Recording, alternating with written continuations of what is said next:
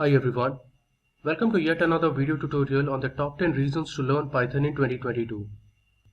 Python's popularity has grown exponentially over the past few years and is being widely used in different jobs. So this video will focus on the different reasons why it is important to learn Python in 2022. Let's begin. The first reason we have is Python is versatile.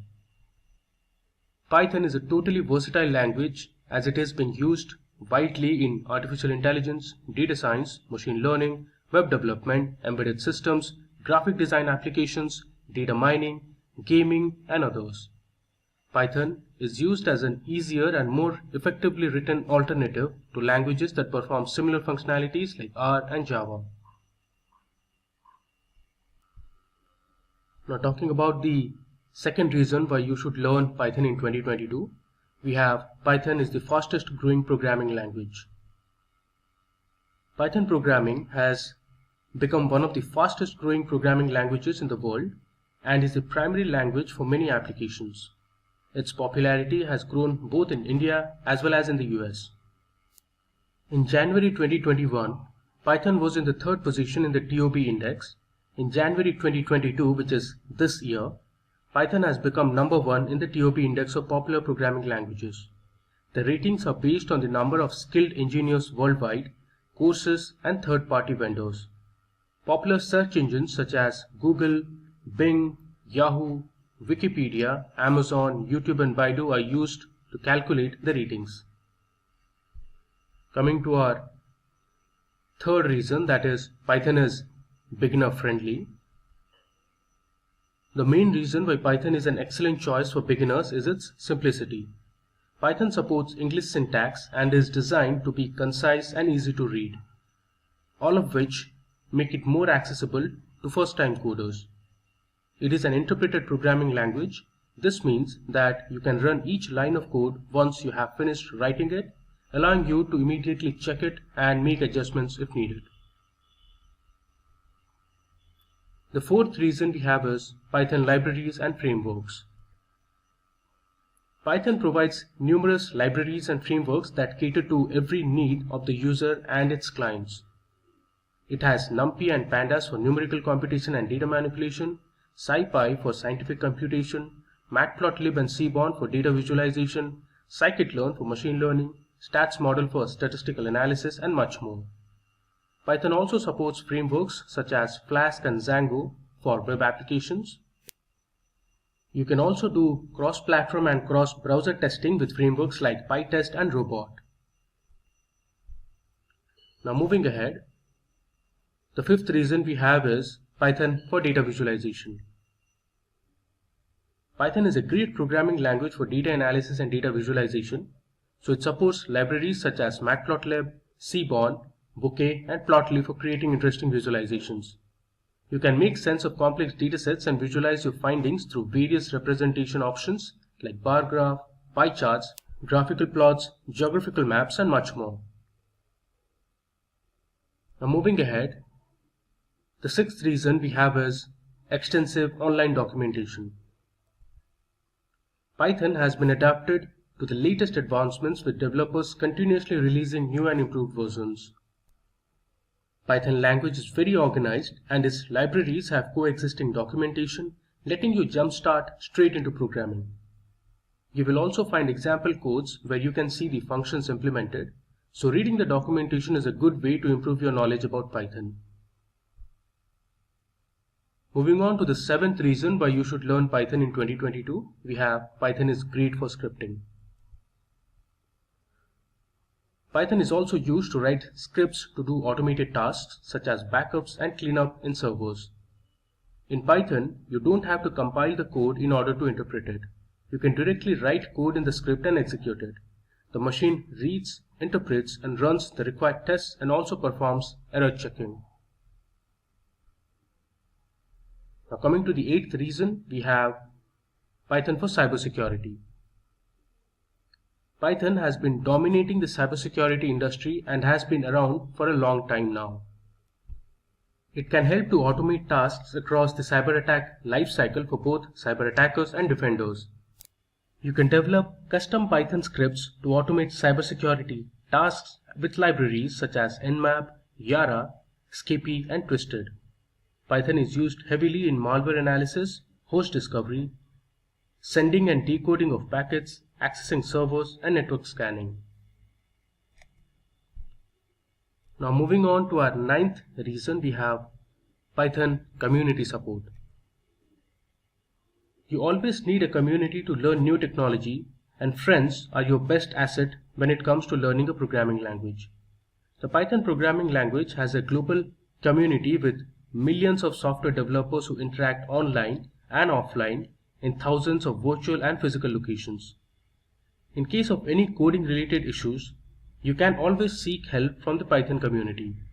As shown on the screen, Python has a robust and supportive online community with over 1.5 million GitHub repository. Communities such as Stack Overflow also bring several Python experts together to help newbies. Now moving on to the 10th reason in our list, we have Python jobs in high demand. As Python is getting more popular, along with an increase in an active community and its functions, the demand for Python professionals is also increasing. Python jobs are increasingly growing in every business sector and provide high salaries. Python developers is one of the highest paid jobs in the United States. The average salary of a Python developer in the US is over $96,000. Today we're going to cover Python, one of today's highly utilized programming languages for its many diverse uses. I'll be working in Pycharm. Pycharm is put out by JetBrains. That's www.jetbrains.com/pycharm/ where you can download it. The benefits of using Pycharm is it creates an virtual environment, so you can change what version of Python you're using.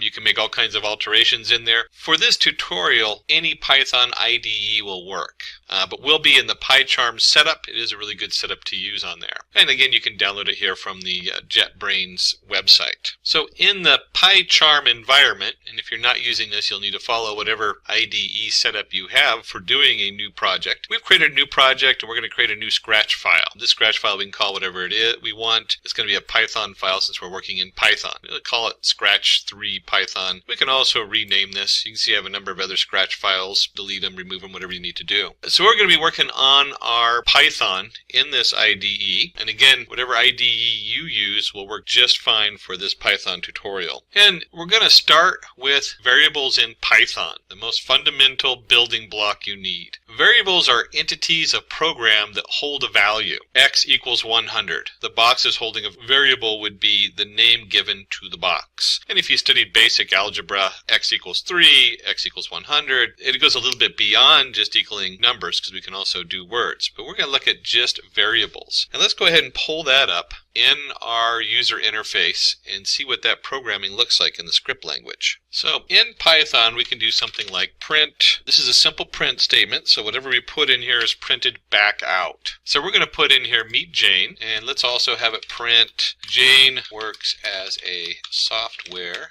engineer. And then let's also do one more print line just so you can see what we're looking at. Print, and then we have Eli's is Jane's manager. And in here, you can run it a number of ways. We'll go underneath run, and here's our Alt-Shift F10 also does this. And it asks me, what do I want to run? I want to run the Scratch 3 because I have multiple Scratch files in there. And we'll click on there and it'll run it. If you're on like a different ID, you might pop up with a black box that prints it out. And you can see here it says meet Jane. Jane works as a software engineer. Elise is Jane's manager. You can always take that space out so it just looks nicer. So we have that, and it's kind of nice if you just want to print something out. And there certainly is a lot of times when you want to print the title of something. You might have your HTML code on the server and you print it out, and that's what people actually see. If they go to the Python and it accesses that Python code, it'll print out the HTML and it'll just be text printing it out. Now, this is all great. Let's go ahead and put a comment in here just so we can track what's going on. A comment uses the hashtag.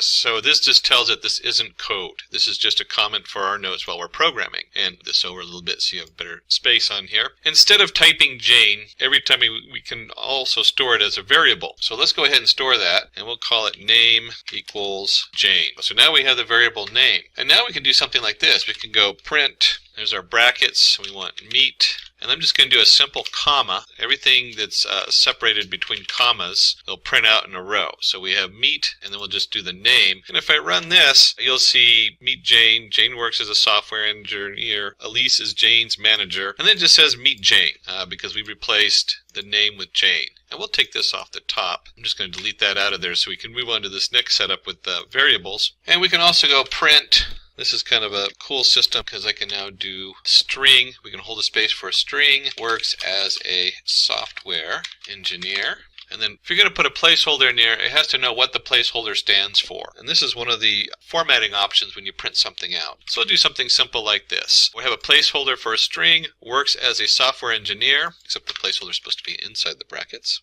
And when we hit run, you'll see meet Jane, and then it also prints Jane works as a software engineer. You can see that right down here in the output, the terminal output from the run. So instead of having to type Jane over and over again, we can now put a placeholder in there and do the same thing with the last setup. Print Elise is, and there's our placeholder, the percentage sign and the S, and then we have name afterward. Let's go ahead and run that. And you can see here that we've now printed out the first one, meet Jane. And notice that this puts a little bit more, it has one space in here, but you don't really control the spacing on here. So when we do a formatting and we insert it as part of the format, you can see right here we put the name. It now has a nice format. Like I couldn't do this with a comma, but I can certainly do this down here with the apostrophe S for Elise is Jane's manager. And then we can also, instead of having Jane up here, maybe Jane got fired and May got hired. Well, let's just say there's a second employee named May. So now we have the name May in here, and I can run this, and you'll see it now prints meet May. May works as a software engineer. Elise is May's manager. So we've just swapped May in for Jane. And then one other important feature of Python variables is we could have name2 also equal to May. Keep the same name on there. And let's go ahead and print. We'll do ID of name, and then I also want to print the ID of name2. And what the ID does is the ID goes in there and says, hey, where is this name coming from? And let's go ahead and run that, and you'll see it actually gives us a memory address. And so one of the things that you find out about Python is to help save memory. Let me just swap this out here. In Python, variables with the same value hold the same memory space. So when we have name equals to May, name2 equals May, we print the idea of name and name2, and you'll see that they occupy the same memory space. Now, if we happen to swap one of these out, we'll do Jane again, and we run it, they now have two different memory spaces. So even though I make changes in here, this is one of the ways that Python's really good about saving memory in the computer. And the last thing we want to note here, which leads us into the next piece of programming, is that this is a string up here. Name equals Jane. So when we're talking about different data, we really have to also talk about different data types. And very specifically, we're going to look at numerical data. So when we talk about numeric data, talking numbers, the various types of numeric data are integer, float, and complex. There are in advanced programming additional numerical data types which have to do how it stores the data. But these three are the ones that you need to know about to get started in your scripting language and the most commonly used. And so an integer is just simply that. It's a number equals 5, and then if I print, and you can always find out what type of variable you have if you do a type on it. So we're going to print type number. And so if I run this, it comes out and it says class integer down here. So this is an integer number. And you can also do negative on these. So if I run -5, it's still a class integer, whether it's plus or minus. And the second most commonly used number is your float. And it's just like it sounds. We have, let's do a number equals 5.6. And if you notice, I used the same variable name num on there. So I can actually take this and I can just copy this. And at some point we'll talk about ways of not having to recopy your code so you can create definitions. But let's go ahead and take a look at this. So we have our float. Our number now equals 5.6. And if we print the number type, we'll see that it is first an integer and then a float value. And let's do this just to number, just so you remember what we're looking at, number. And then finally, complex. So if we have a complex number, we'll go ahead. I'm going to keep number in there. Usually you don't leave it as number number because then it confuses the code later on. But just for this particular piece of code, we're going to keep it number. And I'm going to do 5 plus 6j. And let's go ahead and print that out so we can see what these look like. And here's our number, comma, type number. And let's run this. And let's see what we got here. We have a 5, which is an integer, 5.6, which is a float. So it has a decimal place there. That's what the float stands for. So you're 5.6, 5.7, 5.8. And then we have 5 plus 6j is a complex number. And if you remember from math, complex number is based off of I squared equals minus 1, or the square root of minus 1 is that imaginary number. Now, I'll be honest with you, I don't use imaginary numbers much unless something comes up where I take a square root of a minus 1, and then I end up with a return of a complex number. So it's important to know it's there and know what it is when it comes up. And with anything, you do have to pay attention when you do conversions. So we can convert these things back and forth. And let's go ahead and put a little note here, conversions. And let's start by, let's just do, here's our print. And we'll go ahead and do our number, comma, type, back to what we were doing before, so we know what the type it is, and type number. So that's just from before on there. And let's say we want to convert it from a regular number to a float. And we can simply do something that looks like this. And let's go ahead and pull ways. There's our number, but I want to convert it. So I'm going to convert it to float. And then if we do that over here too, and I go float, that in brackets. So we're going to print this out, and if I run this, we now have 5 is a class integer, 5.0 is a float. So I've converted it to a float here. And we can also convert this to a complex, just like we did here with float. I can simply put in complex. And we'll do that over here also. Complex number, and if I run this, we now have 5 plus oj. So this is a complex number. There's no actual negative imaginary numbers as part of it, so you're going to get just a 0 in the j part.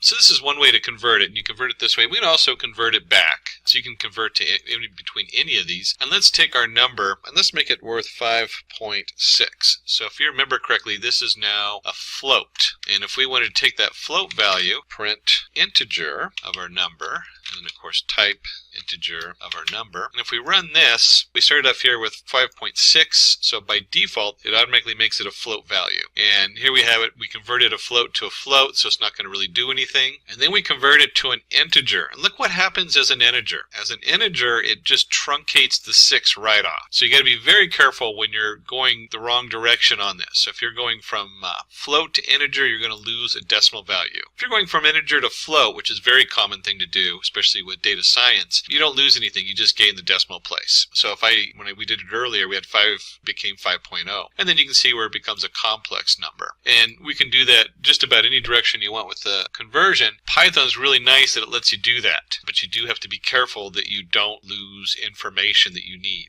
So we've looked at variables, we've looked at numerical variables and how they differ. The next question is, what happens if you have a lot of data? You really can't just number 1, number 2, number 3. That's really not going to work in programming. So 3 of our basic lists is lists in Python. A list is a collection of data, and it can hold values of multiple data types. So you can see here we've set a value, a variable x, and we'll set it equal to 189a, hey, 0b. And it can store that in there. There's also the tuple. So we have list, tuple, and set. The tuple almost has the same format as the list, but instead we put the curved brackets around it. And what this means is a tuple is an immutable collection of heterogeneous data. Big mouthful there. What it means is once I set the tuple, I can't go in there and change one piece of it. As far as the tuple is concerned, that's one variable. Where a list is a list of subvariables, 189a, hey, 0b. A tuple, you can't change anything in here. Now you can access it the same way you do a list, but you can't make any changes on this tuple other than completely overriding it. And then finally there's a set, and we put brackets around it. Now there's some other more complex data sets that go with this, that go above, or data type collections of data, but these are the 3 basics. And a set is an unordered collection of unique heterogeneous data. So it's unique. So if you put in 153 hey 6 Python and I try to add 6 in here, it will only store one value of 6, since these are all unique in here. So let's jump into our IDE and let's create a list. Remember, it uses square brackets. That's how we denote that this is going to be a list. And let's just throw some numbers in there. 4, 5, 7, 5. So now I have a list. And we can do a simple thing like print the list. And If we run this, we'll see it come out down here as 145275. And one of the cool things about lists is that these are indexes. And this is kind of important to understand what the index means. So we'll go ahead and print list, and it always starts with 0. So if I run this and I print 0, it's going to print the 1, because that's in the 0 place. And if we print, here's our list, we print a 1 on there, and we run that, we have 4, because that's in the 1 place. So 0, 1, 2, 3, 4, 5. So there's 0 through 5. And this is interesting because if we print, let me go back up here to the top, I'm just going to print len, which stands for length of list. So this is going to return the length of the list, and I'm going to run this. And you'll see it says there's 6 things in there. But it starts at 0, so we reference them as 0 through 5. Now, if you're new to this, that can be confusing, especially when you're jumping back and forth in your code. So always remember this is point 0 through 5. It's not 1 through 6, it's 0 through 5, but there are 6 entities in the list. That's the length of the list. And we showed you here where you can access your 0 index, your 1 index. You can also access it from the right-hand side by simply adding a negative number in there. So if I add a -1, and I run this, helps if I actually put the list in front of it. There we go. Run. You'll see that it points to the last one in the list. So -1 is the 5. This, again, a little confusing. You can't do a -0. So -1, going backwards, it starts at 1. And if I change the -1, say, to 2, you'll see it'll go to the 7. Prints the 7 out there. So we can do some very basic indexing and look at any one of these entities in the list. And then get the length of the list so we know how long our list is. Now, really common is not just to want one entity. Instead of wanting just one entity in here, let me just get rid of some of the notes here so that we can see what this looks like. I might want to access the first 4 values. So I can do print list 0, 4. And your first thought might be that we count this 0, 1, 2, 3, 4, which would be 5 entities, but we don't count the 4. So this is 0 to 3. So whenever you see this axis from left to right, positive side, it's going to give us the first 4 elements. But it starts with 0. 0, 1, 2, 3, which is our 1, 4, 5, 2. And since we're starting from the beginning, you can always just leave the 0 out. And we can do something like this. And this gives us the same answer, whether you put the 0 in or leave the 0 out. It automatically assumes you're starting from the beginning of the list. Likewise, we can start from position 2 and go forward. And if you notice here, we get 5, 2, 7, 5. Position 2, if you look at this, we have 0, 1, 2. 2 points to the 5 position. So if you're going from left to right, you just say, hey, I want position 2, and you get everything to the end. And we could also put a second number in here like 4. That's just 2, 3, you get 2 values. Remember, it doesn't include the 4 on here. It does include the 2. Just like you can do indexes with negative numbers, I can now do -4. So this means that I'm starting with 0. I can leave it out.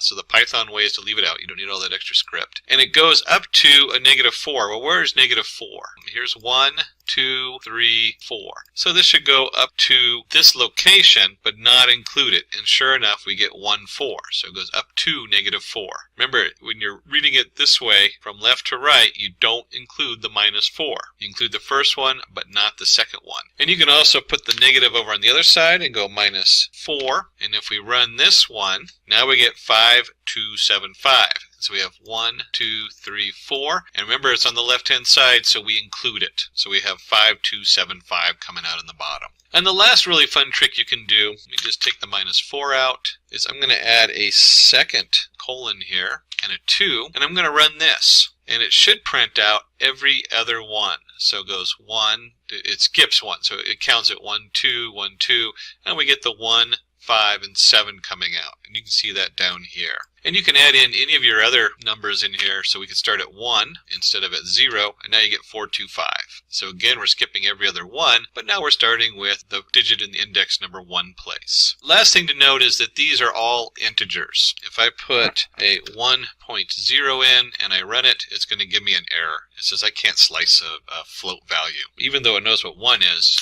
it needs to be an integer. And that's important to know if you're slicing your data into thirds. I don't know how many times I forget to do that, change it, convert it back to an integer, and it'll say, I can't slice 3.6666 or whatever it is. So remember to convert that into integers. So another thing to remember about lists they can be mixed. So I can come in here, and instead of it being all, in this case we had all integers, I could easily put Python in here, and instead of 7, we'll do 7.4, 5. And if I print this out, let me just take that out of here. And by the way, this functionality of the index works identical no matter what's in your list. But we come in here and you'll see I have 1, 4, Python 2, 7.4, 5. And lists are mutable, so just like I did, just like I referenced the index, I can say list of, let's do 1, which is going to be the 4 place, equals, let's do hello. And if I print my list now, you'll see down below where it comes out, it goes from 1, 4, Python 2, 7.45 to 1, hello, Python 2, 7.45. And because these are mutable with the lists, we can also do something like list.append, and we can append Simplilearn. And now if I print my list out and I run this, you'll see that I've added Simplilearn to the end of the list. And if I do a length of the list, it's now gone from 6 to 7. Let's just do that real quick. Print length of list. So now it's 7. So we've added one more unit to the list. So they're very mutable, very flexible use of setting up lists. And then we can also take this list, let's do a new one, we'll call it nested. We can create nested lists. What that means is that here's my brackets to define that it's a list, and I can fill this with whatever objects I can think of. These can be anything, but we'll stick to numbers. I'll do 1, 2, and then I'm going to also create a nested list, and we'll create 2, 3, 4. So now I have a list within a list. So now we have a nested list. And if we print this, let's just print our nested list out. You'll see down below it prints it out just like I typed it. 1, 2, 2, 3, 4 is a nested inside the nested list. And then another option to append is we can also do nested extend. And we could go in here and let's create my nested loop. So I'm adding a nested loop to a nested loop. This is kind of interesting because you'll see here I have a sub list attached to the list. And I'm going to take the nested extend, I'm going to extend this on here. And if I run this, if I take this and run this, let me make sure I print the nested again. You can see how it's been transformed, and I got 1, 2, 2, 3, 4, and then it's added the 7, 8, 9 on there. Now, if I was just adding one nested list on here, I'd probably just append brackets around 7, 8, 9. But if you were adding multiple nested lists on here, you might do something, then you want to use the extend on here. So we have 1, 2, sublist 2, 3, 4, sublist 7, 8, 9, and sublist 5, 6, 7. I've added 2 different new nested lists onto this. So we've looked at lists. We've covered indexing of lists, we've covered appending or extending and sublists. Let's go ahead and talk about tuples. And tuples are really important. I'm amazed. When I first heard about them, I was like, why? Why have a list and why have a tuple? So the tuple is your curved brackets around, in this case we're going to do 1, 2, 3. And the most important thing to know about the tuple is I can't change it. I can't go in there and change the 1 to a 0. Now I can change tuple and have it equal something else, but I can't change the pieces of the tuple. And that's what's so important about the tuple on this. And you'll see when I print it, it also prints it with the curved brackets. So that lets me know that this is immutable. I cannot change the tuple. Now, we can access the tuple just like you did the list. I can print tuple position 1, and if I run that, it's going to print 2, because remember we start with 0, 1. I can do just the same way we did the indexing. I can do up to 1, which should print just the 1, because 0, and it doesn't include the 1. And there's our tuple comes out with 1 comma. So a little different output. You'll see this kind of notation when you're accessing slices of a tuple. And all the different functionality for indexing is the same. We can even do it in reverse. We didn't show you that on the list, but this works just as well on the list. Instead of the 2 for skipping, we can do a -1, and that just goes in reverse. So now I have a tuple of 3, 2, 1. So I talk about it not being able to be changed. If we take and just get rid of the print for a second, and let's do this. Tuple of 1 is now going to equal 7. If I run this, it's going to throw an error because we cannot change the pieces of the tuple. I can reassign something else to TPL, my variable, but I can't change it. It's immutable. And one of the very common uses of a tuple is to use it as a key for something else. Now, we're not going to cover keys and codes in this tutorial, but imagine if you have an address to a house and the house is 123 Main Street and someone can just change that address. Then your house just kind of jumps all over the place. So you want that address to be unchangeable, immutable. And this is like a key code, so it's probably a key to some data. So it's a reference usually in some point, or some kind of data that needs to be set and unchanged when you set it for a tuple. And there's some other cool things we can do with a tuple. Now let's just take this one. We can do something, there's what they call packing and unpacking tuples. So just like we assign the tuple 1, 2, 3, I can also do tuple equals, we'll do 5, 6, 8, just because. And if I print tuple and we run that, it's still going to create a tuple out of it. And so we're saying, hey, this tuple is equal to these 3 values, whatever they are, and now this variable is equal to these 3 values, and it automatically converts it into a tuple if you do it that way. And we can unpack our tuple. I can do a comma b comma c equals tuple, and if we print a comma b comma c, run that, you'll see we get our 5, 6, 8 right back. So we can unpack it and pack it. You see this a lot when you're doing definitions in programming, where you're packing and unpacking the data. You'll get to the point when you're doing scripting you don't really even notice or think about it till you're like, oh yeah, that is a tuple. It reminds you on that one. But it does come up a lot. And then another strange thing I can do is I can do a star list. Now in this, list is a variable,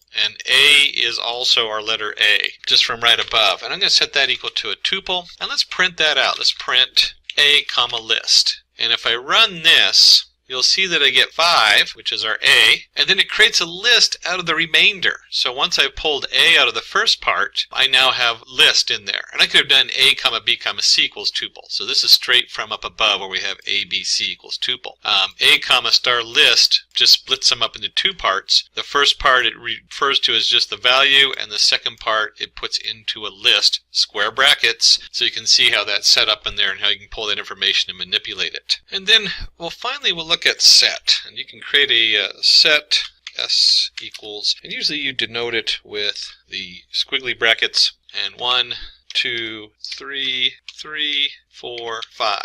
And if you look at this, if you remember, the set should not repeat any values. So if I print set and I run this, I now get 1, 3, 4, 5, and I've got rid of all my duplicate 3s. So I can only have unique values in a set. And if we're looking at this, this is also a subgroup of a tuple. So that means that if I do s of 1, and I try to change one of the members in there equals 1, so I'm trying to change position 1, which is a 3, to a 1, and I run that, it's going to give me an error. I can't change it, I can't append to it, so it's just like a tuple. I can't change these values in the set. What I can do is I can take a list, and let's just change this. We'll go list equals, we'll change these to square brackets. So now I have my standard list, and we'll do a list down here, print our list, and then I'm going to print, and we'll use the keyword set, and we're going to change this from a list to a set, and then I'll go ahead and print that out. And if I run this, you'll see that my list has all the values, but the second I convert it to a set, which is a special kind of tuple that doesn't let you repeat values, you'll see that it gets rid of all my duplicates. So now I have 1, 3, 4, 5 in there in my set. So now we've looked at a lot of different ways to store our data in different variables. We have our list variable,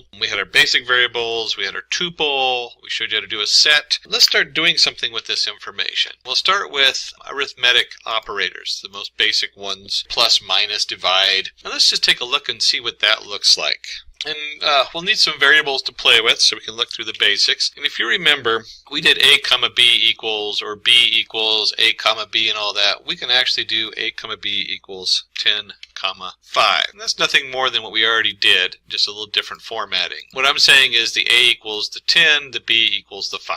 That's all that is. And I could write that out, a equals 10, b equals 5 just as easily. And our basic arithmetic operators, you're going to see is we have a plus b. And we'll do this, control copy, put a bracket around it.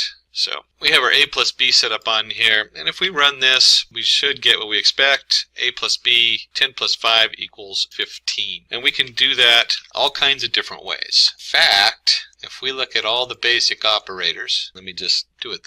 No, let's keep it this way. We can take this, and we have instead of a plus b, we'll do a minus b. And let me grab that and put that over here. And let me just go down this and do them all in one shot. There we go. Paste them right in there. And most of these should be pretty familiar. The first four are your a plus b, a minus b, a times b, a divided by b. And so when we look at that, we get a plus b is 15, a minus b is 5, 10 minus 5 is 5. Multiply them, we get 50. A divided by b gives us 2.0. And now we get kind of an unusual one. We have a /b2. What this is saying is that if there's a remainder, let's just convert it to an integer. Remember I was telling you earlier I sometimes have to slice my data so into thirds. Instead of going length divided by 3, I could do length / over 3, and that gives me an integer. And it just tells me, hey, where's my first third of data in? Where's that at? But if you do that, you also want to know what the remainder is. So that's what the ampersand is a, or percentage sign. That's what the percentage sign is, a percentage sign b equals 0. And then finally you can square it. And whoops, I forgot to put that as a 2. Data science, you tend to do a lot of squaring. You do like the square means error, so it's very common to see something to the power of 2. And so you'll see that a times 2 gives you your squared value. This is actually b squared. Okay, is 25. 5 times 5 is 25. So these are your basic arithmetic operators. There's really, with the first four, there's no surprises. You just have a surprise here when you do a double slash because it returns the integer and just drops the decimal. When you have the percentage sign, it gives you just the return value, so 5.5 comes back as 0.5. And then you have the double star is your squared, so b double star 2 is squaring your value. And we can take any of these functions and assign them. So I could do res as my variable equals a plus b, and then res now becomes equal to a plus b, which should be 15 when I run it. And sure enough, there's my 15. So now I can take a and b, and they might come in from all kinds of different areas, and set another variable that goes out to where whoever needs it, returns it to the other part of the program as res. And again, this is true whether we do a plus b, a times b, a divided by b. Any of those basic functions is going to give us set the variable res to that. Now, we can also do what they call shorthand for a lot of this. So we'll do count's the most common one. You do a count equals 0 because you want to know it runs a process, adds 1 to it, runs a process, adds 1 to it. So we could do count equals count plus 1. And then if I print count, you'll see right here we get count equals count plus 1. I get 1. 0 plus 1 is 1. I can also do, we'll just do it up here, count equals, but instead of putting the equals there, I'm going to put plus equals 1. And this means I take count, and I might as well put the count here and the plus sign. And we can run that, and you'll see it now equals 2. So I get count equals count plus 1. Count plus equals 1 is the same thing, so I've added another 1 to it, and now I have 2. And we can actually do this with anything. Any of the main, I could do count times equals, so itself times 1. And of course 1 times 1 is 1. So we'll do something a little bit more exciting, like 1 times 3, and I get 3. And we could do this instead of with count. Let's do a. Divide equals 2, and let's print a. And if we run that, we get 5. So I've taken a, which is 10, I've divided it by 2, a divided by 2 is 10, and again, any of these operators that we just looked at, I can now do down here. You know, there's the integer version, we can do the percentage sign, run that, it has a 0 remainder, so that's what comes up with it. Maybe, remember I was doing thirds. If we do thirds, we can see I get a remainder of 1. If I do divide, a divided by 3, there's my 3.3333, very common, but then I can also do the double divide, and I get just my 3 out of there. So a, whatever your arithmetic operator goes here, equals 3 is the same as a equals a, whatever operator you put there in the 3. So we had our basic arithmetic operators. We want to look at relationship or relational operators. And whenever you think of relationship, think true, false. Is this true or is it false? And again, we can do our print. We'll go a comma b, just so we have it down here. Take this out, clear my palette a little bit there. And so we have our 10, 5, and then we can do a print a is greater than b. And if you're listening closely, I said think true, false. Is a greater than b? Is 10 greater than 5? And if we run that, we get true. And if you remember what we did with arithmetic and you wonder where I'm going with this, you'll see that we have all of our basic operators. We have A is greater than B, A is less than B, A is greater than or equal to B, A is greater than or is less than or equal to B, A equals B. Notice this double equal sign. A little different there, and then we have an asterisk on the bottom. So let's go ahead and run this, and you can see down here, is A greater than B true? Is A less than B? That's false. Is A greater than or equal to B? It's still going to be true. Is A less than or equal to B? Still going to be false. And then a double equal sign. Well, because the equal sign is used in Python to set variables and to set values, whenever you do a logic where you want to know if it's equal, you have to use the double equal sign. That's very important. And of course, is A equal to B? The answer is false. Remember, double equal sign. And then if you're going to have an equals, you should have a not equals. So here's our not, which is the exclamation point. And you can see that A is not equal to B equals true. So as we go through here, we have our logical, our basic relational operators, which are logic gates on here. And we can take this up a notch. And to do this, let me just go ahead and create a little bit of different data here. And in this case, I'm going to create an A1, B1, C1 equal to 10, 20, 30. And of course, if we print those out, as you guessed it, that should be just those values individually. Let me take this, clear my palette a little bit, and run that. And you can see we get 10, 20, 30 down here. And if we pop up, this is where it kind of gets interesting, is we're going to print, we're going to use the same operators we were just using, but we're going to do C1 greater than A1. And we're going to add an extra logic in here. And C1 is greater than B1. So I'm asking, here's C1 equals 30. Is it greater than 10? And is it greater than 20? And if I run that, we get true, because that, it is. C1 is greater than A1, C1 is greater than B1.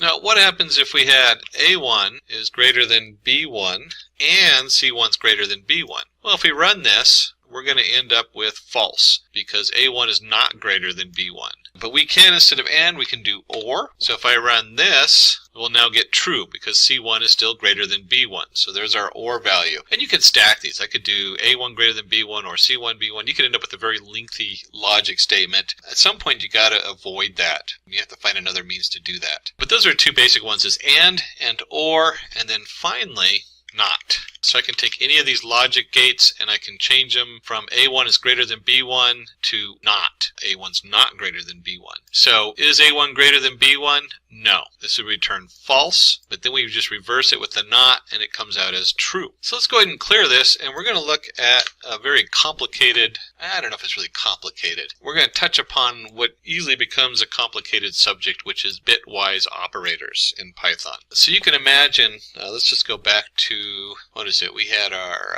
AB 10 and 5. So let's go back there and pull that back in here. So we're going to have our two variables, AB 10 and 5, and we're going to look at bitwise operators. To understand the bitwise operator, let's go ahead and print binary of A. Go ahead and do the binary of B. And we're not going to dig too deep into this. I just want you to be aware of it for more advanced programming. And you'll see it comes out here. Here's the bit value, which is your 1010, and this would be all zeros up until there. That's what the 0B means. It's binary, and everything else on this side is 0. And this is the same thing. 5 is represented by 101. 10 is represented by 1010 in binary when you switch it over. So when we look at this binary switches, we're going to do that. We can go, let's do print A and B. So if we run this, we end up with 0. And that's kind of interesting, because how the heck did they get 0 out of that? This is 10, 10, and 101. Well, if you line this up, this one on the right-hand side lines up with the 0. So guess what? That's 0. We take this 0, we line it up with this 0, and guess what we get? We get 0. There's no and. It's not the same value. And we have 1 and 0. So we are doing a if this equals this, if this equals this, and if this equals this. We get print A, which prints out, what does it print out? 0, because none of them match. And we can do something like print A, and you use the up-down bar. And unless you do a lot of work with this, you almost always have to look it up if you're dealing with binary number or with shifts and things like that of where these decimal places are. And so we're going to do A or B. If we run that, we get 15. And if we print, let's just print this in binary so you can see what that looks like. So if we print A or B in binary, let's run that. So remember up here we got 0. I forgot to convert print. Let's try that again. Let's print this in binary. And if we print this in binary, you'll see now that it's an OR. So we have 1 or 1 equals 1. 0, 1, 0 or 1 equals 1. 1 or 0 equals 1. It gets kind of confusing there, but you can see where if either one has a 1 in its place or it then comes out as 1, and so we get 1, 1, 1, 1. And it does turn out that when you print this out, it came out as 15. So if you do a binary OR statement on these two numbers, you get 15 on there. And we can do this, we can continue this down. There are exclusive, so we can do print, and we'll do this instead of A or B, we'll do an exclusive, which is your little tilde. We can run that, and it's going to return the same thing because this is exclusively 1. So if this had been 1, 1, 1, 1, and this had been 1, 0, 1, 0, we would have seen the 1, 0, 1, 0 come through on the exclusive, where the OR returns all 1s. And if you have exclusive, you can also have 1's complement. So this would be like negating your number. So we can do, we'll just do this binary, and this is the other squiggly of A, and we run that, and we'll see that this squiggly comes out as 1011, so it reverses it. It's a little different on this because we are looking at a 1's complement on there, so it changes your logic thinking on there, and unless you do a lot of work with it, it can really tie your brain in a knot. It's kind of fun to figure out if you play with it. And then finally we have a couple more cool things you can do this. We can do print. We can do what they call a shift, and I'll go ahead and put this in binary because it's really hard to make sense of it if you're not doing binary. And we can do shift 2. This shifts it to the left. So you can see right here we've added 2 zeros on the right hand side to our A, and we have the same number and it's shifted it all to the left. And we can also shift it the other way. Shift it this way, and we can run that, and now we just shift it off, and these two just get bumped off, and we end up with the last 2 digits, the 1, 0, because we're shifting everything to the right. Whoops, I'm sorry. We dropped the 1, 0, did it backwards. Since we're shifting it to the right, we lose this 1, 0, and we end up with just this first 1, 0. And this is when you get into like a huge array of trues, false, yes, no, and you need to compare them, and you can do all kinds of cool things in here. Again, it's a very advanced logic when you're doing bitwise operators, but it's important to know they're there and understand what they are, so when it does come up, you know where to look for them. And finally, talking about logic, we'll need to go ahead and look at membership operators. Very useful thing to have. Let's just do a list equals, I will do 1, 2, back there. 1, 2, 3, 4, 5. So we have our basic list, and the question is, let's assign a variable x equals 2. And so let's go print x in list. And what do you think that's going to print? Is x in the list? Is 2 in there? And the answer is yes, so we get true. So it's going to print true in there. And you can remember, we can also add the not in there. Is x not in list? We run that, it equals false. And when we start looking later on here, or shortly at our if-else lists and while lists, you'll see where this comes in handy to get these true-false statements on here. And then we have identity operator. Clear our palette, identity operator. And this is, let's do x equals 10, y equals 10, and let's print x is y. And if we run this, we get true, because remember when Python points to the memory, it stores the 10 in the same place, and so x is y. And if we change this to y equals 12, it will now give us a false, because they're no longer equal. So you could also replace this with x. I don't do a lot of x is y. It does come up, so you need to be aware of it, but it's not, usually you just do x equals y, false. But x is y, I changed it to 12, so again false. And then you can also go in here, x is not y, so is y or is not y. And it's true, it is not y. So these are all the basic functions, arithmetic functions that you find with your Python install. What we're going to cover next is what happens if it's not in there. What happens if you have some more complicated math equations you need to run? Well, at that point you got to import math. So the import, it's important to know what the import is. If we have an external module to Python, so it's not part of the basic Python code, you import that module. In math, it's used so much that they have it bundled with the Python install, but by default it doesn't load into your IDE, into your user face, or into the program. So when you go to use math, you have to run the import on there. And let's just take a look and see what some of the stuff that math covers. Now, I did a quick Bing search, and it took me to Python. This is always nice because we have the actual version here, which version of Python you're in, the documentation, Python, and then we went to the math module. And in the math module, we have ceiling, we have copy the sign, fabs, factorial, floor. Ceiling and floor are kind of interesting because it's just really from an external viewpoint, it's rounding up or rounding down. But there's other things that go on behind the scenes that you might use this instead. And then here's our basic functions. And if you scroll down, you can see it just covers all kinds of different things. Like, is it finite? Is it infinite? Is it a NaN? Modify F? Powers. So if we're going to do an exponential, we saw how to square a value. But if you wanted to do something to the third or the fourth, you have to import the math module to do that. And you can see here where we have exponential of 1. This is like exponential x minus 1. Log x, all your log functions are in here. Square root, there's one that comes up a lot in data science if you're going to take the square means of a value for your error. Cosine, sines, tangents, all the different trigonometric functions. All this is in the math. And really, we're not going to cover all the different things you can do in math because that's its own domain. If you're working with degrees and radians or hyperbolic functions, there's just a lot in the math module, including mathematical constant E, Dow, infinite, NaN, pi. There's your pi in there. So all this stuff is in your math module. And when we're in here, we can do something simple like print math pi. If I run this, it should give me the value of pi, which it does, 3.141, so on. Any of the functions in here. If you import math, you could import something like this. You could import another option. Let's say I wanted just the pi value. And we could do something like this. We could also do from math, so that tells it to go to the math module, import pi. If we do this, we don't need the math in front of it, so we're just importing the pi. And I can run this, and now you can see I have pi here. Same thing. And we can do all the functionality that you saw earlier. Let's go back to import math. And instead of pi, let's go ahead and do a variable. So we can put in x equals 9.5, and then from here, from our math, we could do, if you remember from the very top, they had the ceiling, which I said was the same as rounding it up. We could do print ceiling of x, and if I run this, it should give us 10. So ceiling is actually the nearest integer that's greater than 9.5.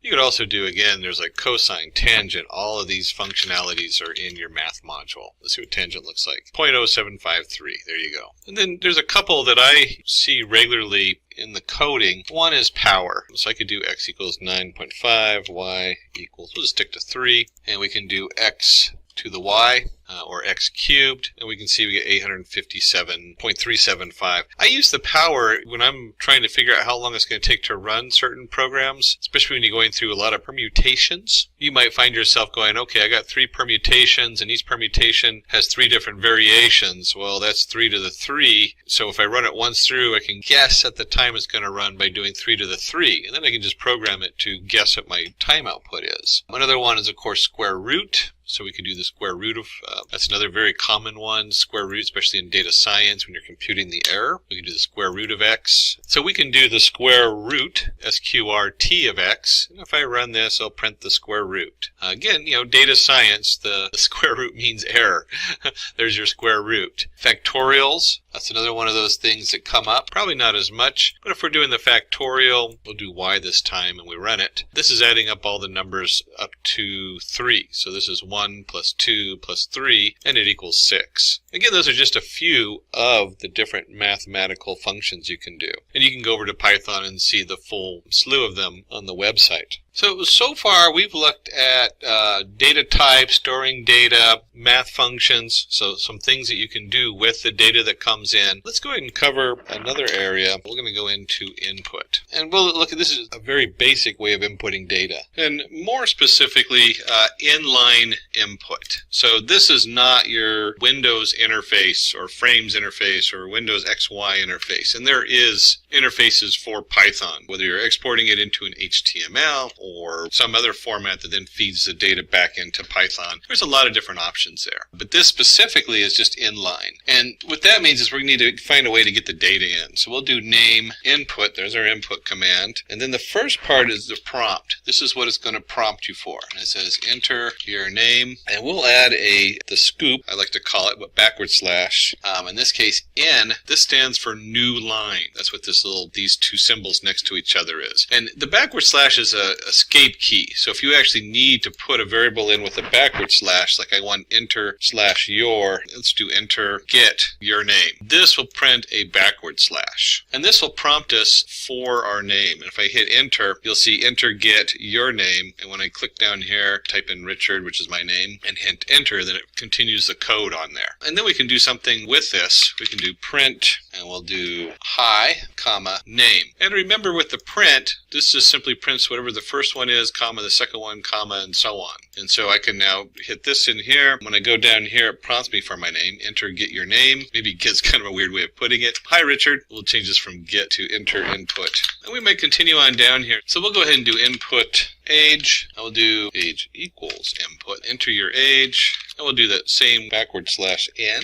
And this time, instead of printing the age, we're going to enter in an integer. This is kind of a very important thing to know when you're doing line inputs. If I run this and we print type of the age, let's just go ahead and go through this. Enter Richard, and it's going to say, hi Richard, enter your age. We won't put down my real age. We'll say I'm a young 25. It's actually significantly less than my age. And this is interesting because it takes the input and it's a string. That's what this class string means. So whenever you do an input like this, it comes in as a string. And that's important to know because if you're trying to add age to something, it's not going to come out you get an error. So I could do print age plus 5. Because age is a string, when I come in here and let's do this real quick, misspelled my name, type error. It must be string, not integer. So it's trying to add 5, which is an integer, to a string, which it can't do. So that's very important when you're coding. You start getting those kinds of errors. That's where they're coming from, is you got to make sure your two types match. And one way, you can convert it. I don't know if you remember from conversions, I can simply put integer age. We'll do integer age plus 1, just so you can see how it's different. And it will convert it to age, or to a number on here, to an integer. We enter in our name, we enter in our pretend age, and you'll see that it now is able to add 1 to that age because I've converted it to an integer. You got to be a little careful with this because you might have characters in there that aren't integer, in which case it'll give you an error at that point. Let's do 2 more things with this. Let's go ahead and print with a format.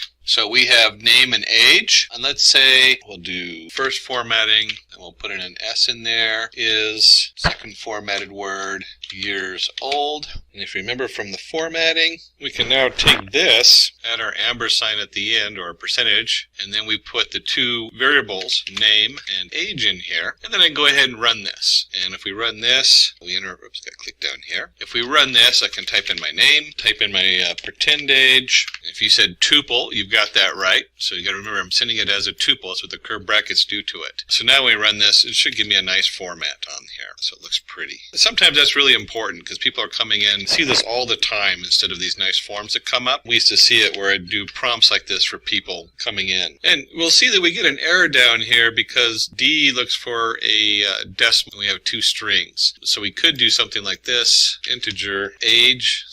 And now if I run it, I shouldn't have any errors on there. I should come in here, 25, and there we go. Richard is 25 years old. And so we did a couple things in here. We now have our formatting. We now have string versus decimals, what the D stands for. That's pretty much any number. And make sure we give it a number. So we have a setup on there. And you would probably want to double check their input if this was for a form fill out or something like that. Although this usually, I use this for small programs where I'm testing something out and I got to put a different input in each time. I don't use them very often, but it does come up. It does come up where you might need to test something out real quick or have a line input for a very long script you're running and they just need a simple line input. And one of the last things we can do on here is we can take this and let's say instead of enter input name, how about a word? And we're going to do on this word, if you remember from before, we had our indexes for our list. Well, a word of any kind is nothing more than a string of characters, and that string is stored in a list. So I can come in here and take name, and I can say, hey, I just want the first 4 letters of your name. Maybe that's what it is. And we'll print, we'll just keep it name. Maybe you're creating a username or a reference. I've seen this where they have passwords and things like that set to the first 4 letters. I hit enter. It's going to return rich, just the first 4 letters. And that's because this index works just like it does in a list. It's the same index, because it is a list. And before we move on to the next section, one more thing I want to note about input. A equals integer. If you remember correctly, we did a conversion where if you had the number in here, 3, a character, this converts it to an integer. It gives you an error if you put A in there. We can also do this as a single line. And this is very common in Python to try to bring stuff together. They call it the Python way. It just makes it a little easier to read. And so you can see right here, enter a multiple of, we'll do 5. In this case, this actually converts it. So if I go ahead and put in down here, print A, we run this, enter 5, we get 5, and if I type in the type of A, you will of course see that this is of type integer. We'll just go ahead and run this real quick. Print 5 class integer. So this is just a way of combining the conversion with the input. You can put it all in one line like this. Make it nice and compact. So what we want to cover next is the if statements. And there's like the if, the else, the elif. We're also going to start into the loops. We're going to cover the while statement, which uses the logic gate in the loop. And then we'll look at the for statement, which is just a loop without logic. And of course, there's a couple of odds and ends, break and continue, which go with the loops. So the if statement, this is where we start doing something with the data we're putting in. So you'll see here, I went ahead and did input, enter multiple of 5. And maybe we want to know if it is a multiple of 5. So if A, how can we do that? We can do A divided by 5 and get the remainder off of that. Is not equal to 0. So just a little simple logic there. This returns true false. If remember, we covered all that true false statements. So if it's not equal to 0, then it doesn't, then if it's equal to 0, it has no remainder, so it's a multiple of 5. If it's not equal to 0, it has a remainder, which means that it is then not a multiple of 5. And we can just simply have it print. And we'll just, we'll do this. We'll go A, comma, not a multiple of 5. And if I run this and I enter in, and let's just enter in 3, not a multiple of 5. And if we have another piece of code down here, we'll just print this is what happens next. So we might have some more script down here. And if we run that, we enter in 5, it just goes right down to this is what happens next. And if we go back and we put in 4, you'll see that 4 comes up and says 4 is not a multiple of 5. This is what happens next. And so the if statement only runs if this is true. And it runs whatever is indented. So here's our colon, and here's our indent.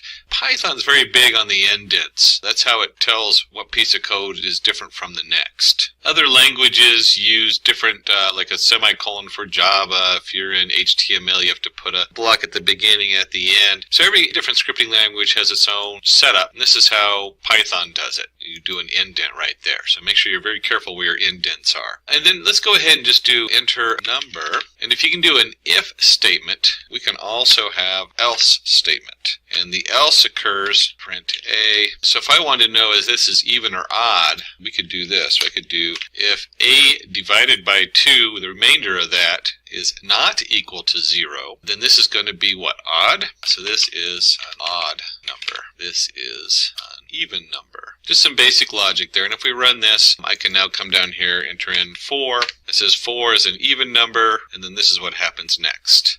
And we can also do this if I enter in a 5, this is an odd number. So just some basic logic. So you can see right here, either it is even, either it is odd, the remainder is not equal to 2, else whatever's next. And the only other option is it's even. Now this might be good if you're just doing a simple, you have 2 choices. We can also do the elif statement. And we put that in before the else statement, elif. And then of course we have our logic here. And we'll go ahead and combine some logic. We're going to do a couple things here. Let's go back up to this. Enter a number A, copy, and enter a number. We'll have a number A, B, and C. So we'll go ahead and have 3 different choices. Take out this last line. And so the first choice we want to know is A the greatest value? So we could do A is greater than B, and A is greater than C. So if A is greater than A and A is greater than B, A is the greatest number. So we have this over here, and if we have that, we can have elif. We can do, let's say, b. b is greater than a, and b is greater than c. We'll go ahead and do this. We'll do a print statement. Print b. b is the greatest number.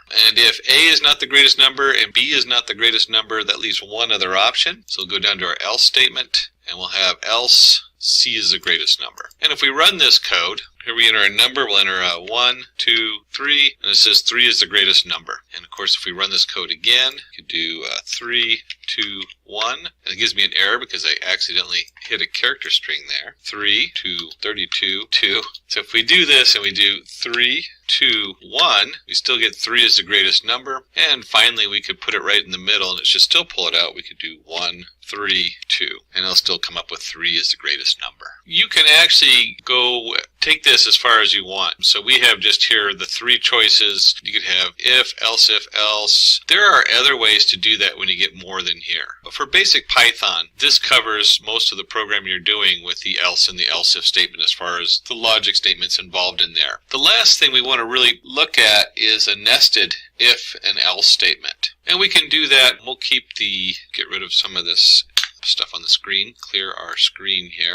And what we can do is we can go enter, let's do enter your age. And we'll call the variable age up here. So we're going to enter the age, and we want to know, let's say this is, are you available for a certain discount? Maybe it's a bus fare discount, maybe it's, you get a discount for a restaurant or something like that. So we have it here, we enter your age, and if let's do a is greater than 64. So if a is greater than 64, we put our colon in there, and this is actually age. Print, I will print you are eligible for senior citizen discount, and maybe we'll be a little nice, we'll make it if you're greater than 60. How about greater than or equal to 60? We're really feeling generous. So if your age is greater than or equal to 60, you get a discount. Else, we'll print you are not eligible for a discount. We'll go ahead and just run this real quick. And so if you are 66, it'll come up, you are eligible for a discount. And if you put in 40, it will say you are not eligible for a discount. And then we come along, we realize, oh, hey, we have a discount also for people who are under a certain age. We have our youth discount. So we'll go ahead and come in here and we'll say, oh, if your age is less than 18, let's do less than or equal than 18.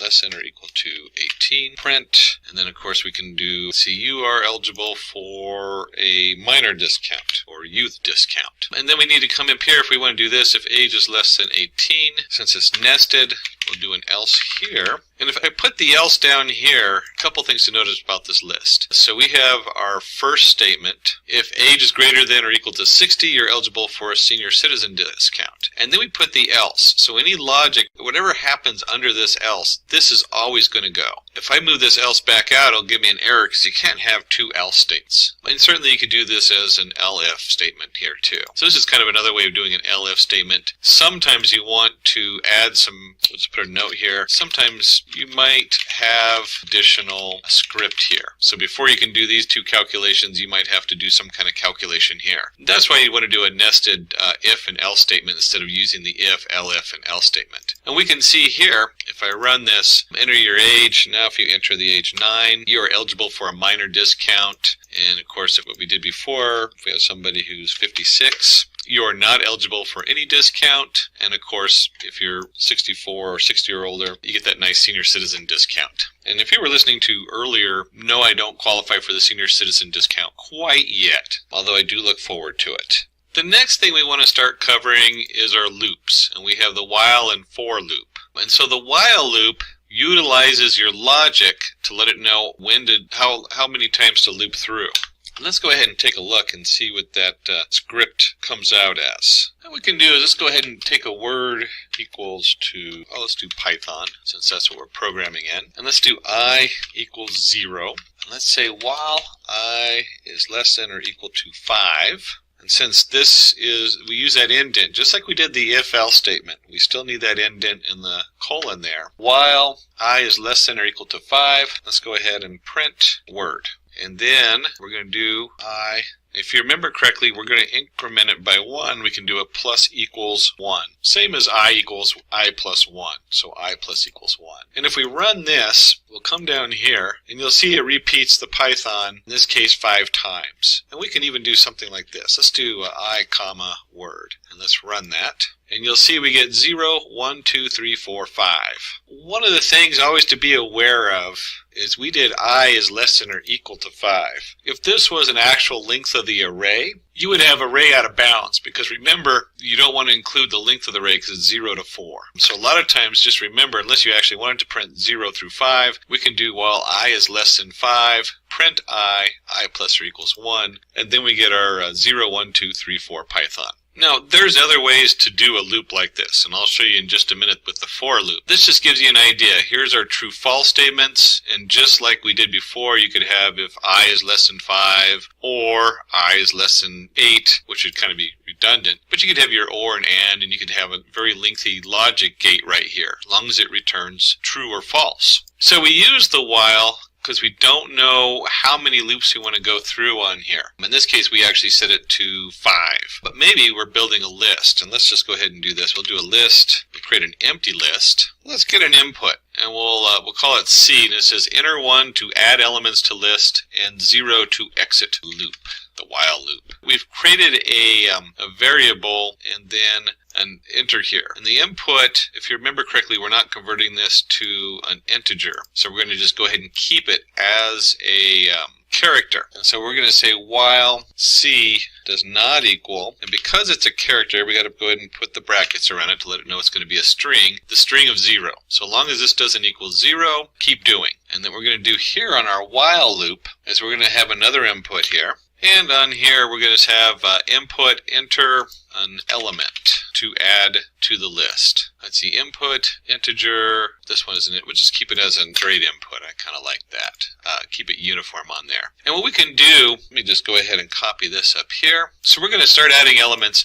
And the order in which we do this is always important. You never know how your loop's going to go. I switched that around because I want to append to my list C. So whatever we enter in on the first one gets appended to the list, and then we ask for the next one. If the next one is a 0, so whatever we type in there is going to be added to the element. And the order, as I was saying, is important because if we put this after the second input, whatever you put in here is going to ignore. And if we put it before, then it's going to keep adding it in until you put 0 in. The 0, if you put this after the 0, it will still add the 0 in. So you'll end up with the 0 at the end of the list. So by putting it before this input, we're going to have both the first input going in and whatever input we add in.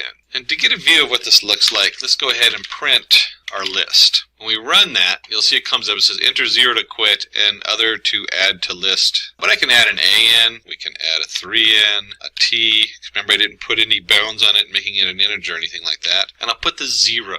And when I put the 0, there it is, A, 3, and T. So this while loop keeps going until it hits something that says, okay, we're done, and then it just kicks it out. So it finishes the loop, comes back up here, says, is this true? If it's true, we do it again. If it's false, then we skip out of the loop. And then it continues on down below where we printed the list. Now, if you remember from earlier when we had the I plus 1 and we just looped through to print Python out 4 times, certainly there's better ways to do that instead of adding all that math in there. And we can do that. So word equals, let's do Python. So we can do that just simply by doing a for loop. For doesn't require logic. We do for. We'll do W in range 10. And let's go ahead and print W, comma, word. And if I run this, we'll see we have Python printed 10 times. Let me just take that down a notch since my screen display doesn't show up as much. So range 3. And if you remember from earlier, range does 0 to 3 but doesn't include 3. I could just as easily put 0, comma, 3 in here and I'll get the same answer. And you can also add a step on there. There's a lot of controls you can add with range. So we can print W, range of 3. And that's pretty cool. It just prints word over and over and over again. What we can also do with this is we can create a list. So I can create my list. There's our square brackets. And we could do 1, 2, let's add hello. We'll add a sublist, which is 1, 2, 3. And so we can do on this is I could do, instead of a range, I could do object in list. So for object in list, I want to print just the object. And if we run this, you'll see down here we have 1, 2, hello, and then it printed the sublist, the whole sublist in there, 1, 2, 3, because that's one object in there. So it just iterates through each entity in the list and prints it right out. What we can do next is we can kind of combine some of these. So you've seen the for loop, we have our if statements along with some different logic gates we can do. So we can do, let's do this. Let's go word equals input, and let's do enter word. So we're going to get a word from you off of your keyboard. Let's do count equals 0, and we're just going to count vowels. We're going to use the loop to count the number of vowels in word. So for I in word, remember from before, we can iterate through each object, and when you do a string, so if we have, if our word was equal Python, we have Python, each one of those is an object in that list. That's an actual list. So we enter the word, that's a list of letters. And so this is just going to go through and look at each one of those letters. And we're going to say, hey, if I in, and we'll give it an array. If it's A, E, I, O, U, or capital A, capital E, capital I, capital O, capital U, these are seen differently. They're very different characters on there. We have our colon here. This lets us know we need to indent. At this point, we know it's a vowel. So we want to go ahead and count plus equals 1. And then we just want to go down here and say print number of vowels in, let's do a little formatting. S is D. If you remember, we got to create that little tuple at the end with all those different values. And so here is our word and our count. So let's go ahead and run this. And for the word, I'll go ahead and enter in count. And we can see the number of vowels in count is 2. And sure enough, it's got an OU in it. And if we run this again, and let's do counting, we can see that there's 3 vowels in there, OU and I. Now, when we're talking about loops, both the while loop and the for loop, and this works actually on the continue and break will work any kind of indent. So even the if statement, I could add a break partway through the if statement and it will kick it out. So that's important to know, but we want to know about break and continue and how those work. So let's go ahead and create a little script here so we can take a look at it. And break is just like you think it is. Whatever it's doing, it stops it. It breaks the flow. So let's go ahead and do this. We're going to do range 2, comma, the integer of n divided by 2 plus 1. We're going to look for prime numbers. We're going to see if we can figure out how to find a prime number. And so what we have going here is I'm going to take n, which equals 49, and to help me find the prime number, we're going to go all the way through, let's see, in range 2 to n divided by 2. We're going to add 1 to it. Now for the first part, we don't really need to add the 1, but I'm going to show you in a minute that for another piece of code we can put the 1 in, so I'm just going to leave that in there. And we're going to just divide by each of those i's. So I is equal to 2, 3, 4, 5, 6, all the way up to 25. So it's basically 2 to 25. And we want to take and we want to divide by that, but we want to know if there's a remainder. That's how we can tell if it's a prime number, because if it has no remainder, then we have a prime number. So n divided by I, the remainder of it, if that equals 0, then this is not a prime number. So we'll print this is not a prime number. And instead of this is, we'll just go ahead and do, let's just do something simple. N is not a prime number. There we go. Now, if we picked a number like 20, it'll get to 4 and print this is not a prime number. It'll get to 5, this is not a prime number. It will get to 10, this is not a prime number. It's going to print that 3 times. We don't want it to keep printing that. We want it to stop. We want to say, hey, we got an answer, it's not a prime number, break. And if we go ahead and run this, we should get 49 is not a prime number. It's divisible by 7. We do know that, the number 11 is a prime number. So if I run this, it'll just go through the code and say, okay, we're good. This is the kind of thing you might do if you have an input and you're checking the input to make sure they're valid inputs. You want to come up and say, hey, this isn't a valid input, kick it out. Or if it's a valid input, go ahead and do the process on there. And if you're going to have break, we also need to look at continue and how that works. And so let's say instead of looking for a prime number, I want to know all the different numbers that divide into the number. I want to know what it's divisible by. And so we can do that. Let's do if it's not equal to, if n divided by I is not equal to 0, I want it to continue.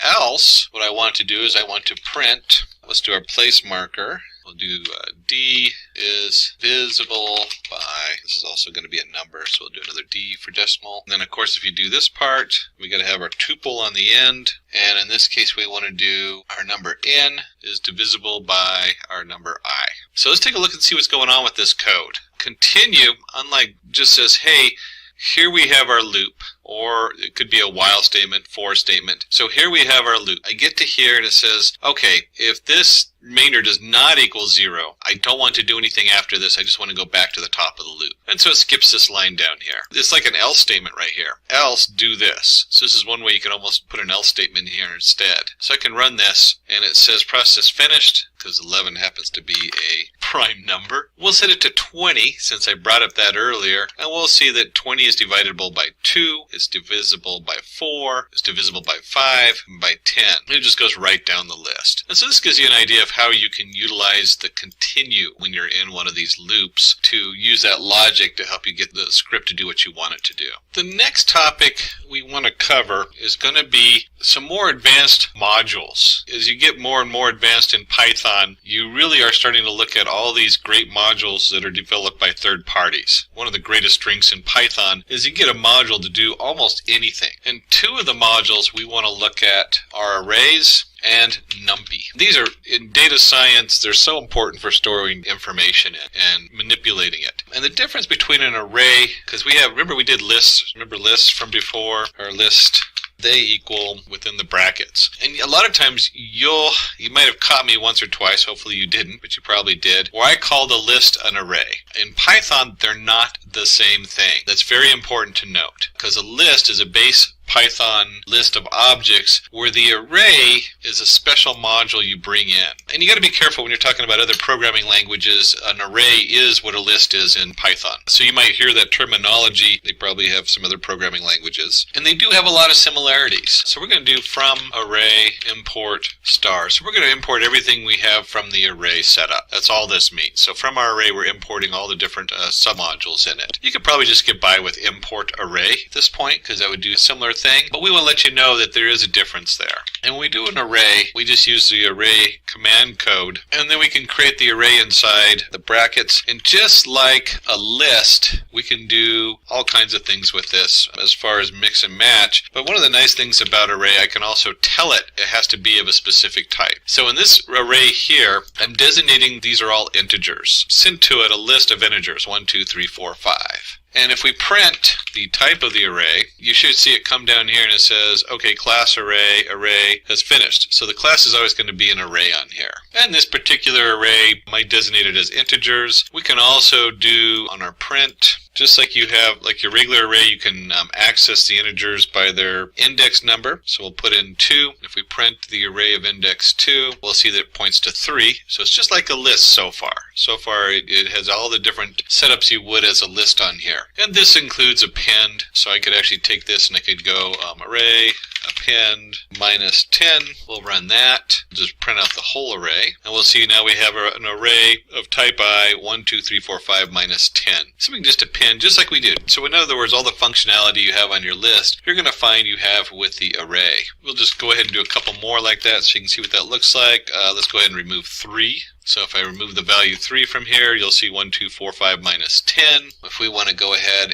and print, you saw I printed the index the first time. We can also do an actual index minus 10 on the array. Let's go ahead and run that. And we get 4. And this is kind of interesting because if I did this with a list, I would get an error by doing the index minus 10. So we have minus 1, 2, 3, 4, 5, 6, 7, 8, 9, 10. And it just kind of loops over until it gets to the 3. But where arrays are different than lists, and this is so important, this is what makes an array an array. We'll take this back here and just print the array on here. I can do something like this. AR equals AR times 3.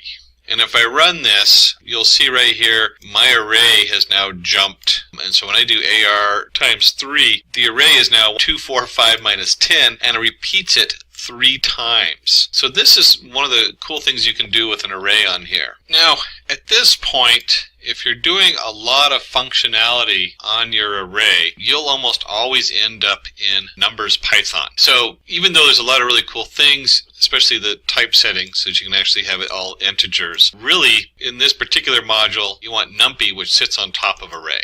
And probably the most common form you see it, you'll see import Numpy as NP. Now you can just do import Numpy, and wherever you see NP you use Numpy. Now if you'll see when I run this I get an error because I opened up a new project in Pycharm. That means all my modules that are added in externally aren't there. If you are working in a different IDE, you might go to the command line and do a pip install Numpy. And that will bring it in if you're using pip. There's a number of different install packages. If you're using Jupyter Notebooks under Conda or Anaconda, it's Conda install. Conda does the same thing as pip, except that it brings in all the different sub-packages. Pip's the most common one, your pip install. But we're in Python, Pycharm. And so in Pycharm, we want to go up to, click on that, File. Once we're on File, we want to go down to Settings. Once we're under Settings, we want to go under our Project, and then you'll see Project Interpreter. This is really cool that we're actually in here because you can see underneath here we're using Python 3.6. So if I had a rollout in a different version, I could go in here and add those versions in and switch them around. I just have the one on this particular machine. And I go over here to the plus sign on the right hand side and I click on there, and then for installing in here we'll type in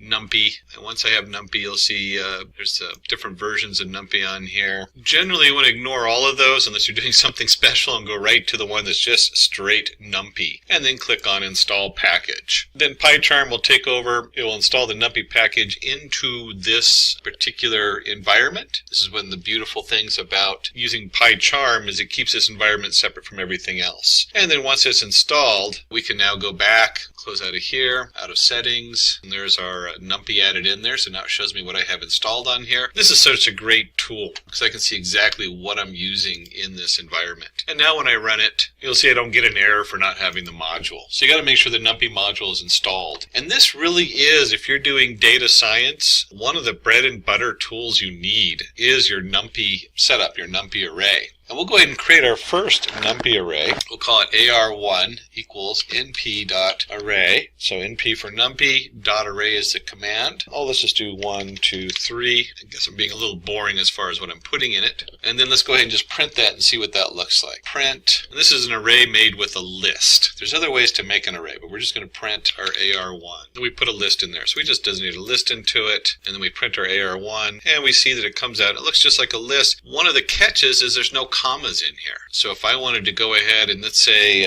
take our list, and you're going to say, why is this so important? There's no commas in there. If you're doing a lot of debugging and you see this first one, you know you're either in an array or a list. If you see the next one, you know you're in Numpy. So it's just kind of a quick flag in the programming script and debugging for some of the things you can look for. Now the Numpy array starts to take a major shift here. This is where this becomes real important as far as the setup. We'll talk about shape and sizes and matrices here in just a second. But let's go ahead and do this. We're going to create two sublists. So remember that from before, we have list 1, list 2. If I'm going to do that, I do need to put brackets around it. This is a 2D sample, and you could look at this as being one of the common things is X, Y coordinates. So I might have 1, 2, 3 for X, 4, 5, 6 for Y. And if we print that out, you can see as it comes down here, print our AR1, it prints it out, no commas, but you have your two different lists on here. And we can do something like this. We can print dimensions equals, and then I'm going to do AR2.inDimensions. So if we run this, you'll see it comes out with, I have it print our setup on there, and it has 2 dimensions. And that's pretty easy to see. We have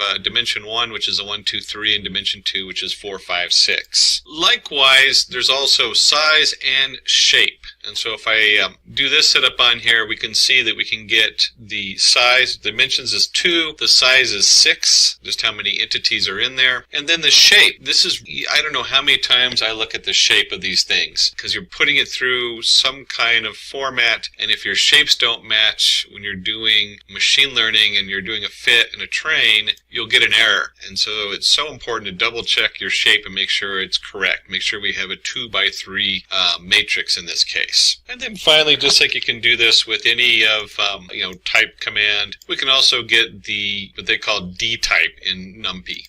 So in your number array, we'll see that the type of elements is an integer 32. So it actually returns what kind of elements I have in here. And they all look like integers on there. Let's go ahead and take a short detour here and just take a look at the Numpy official site. So if we go to the official Numpy site, we'll see right off the top scipy.org, which is the group behind it. It's all open source. You can actually go in here and donate to it, and it is so extensive. I'm just going to look at data types. And so data types gets its own tab, and you can see from here we were integer. There's so many specialties you can do with this, and so they cover just about every data type you can think of. There's our integer 32. So here's our integer 32 that is the standard. That's usually what it converts to if you're converting directly from Python into Numpy. But you can force it into any of these other different kind of data types on here. So it has a lot of diverse use on this. Obviously, we can't cover everything under Numpy. There's array creation, input-output with Numpy, indexing, broadcasting, byte swapping, structured arrays. Each one of these is a significantly large topic. It's its own class, if you will. You can see right here we're going to do that. We'll try to cover just a couple things so you get a little flavor of Numpy. So let's take a look at, we have our Numpy stuff going on. Let's go ahead and look at filling an array with zeros. This comes up because sometimes you want 0 as your placeholder, and so you begin your process with filling it with zeros or ones or other values. And you can simply do np.zeros. And then this is important as it needs to know the dimensions. We'll do a 2 by 2, and we'll do a D type equals, and there's our integer. So we're going to fill it as integers on here. Let's go ahead and take our Z, and if we print this out and run that, you'll see that I get a nice 2 by 2 array filled with 0. So maybe I'm doing plotting. I don't know what the plots are, but I need to have it pre-filled. Yeah, a lot of test data does this. You can create your own data and make stuff up and do all kinds of things there once you have it pre-formatted. And if we fill it with zeros, we can also fill it with almost anything. So instead of zeros, we'll do a full, and let's do 2, 3, and then instead of this, fill it with, let's do 1.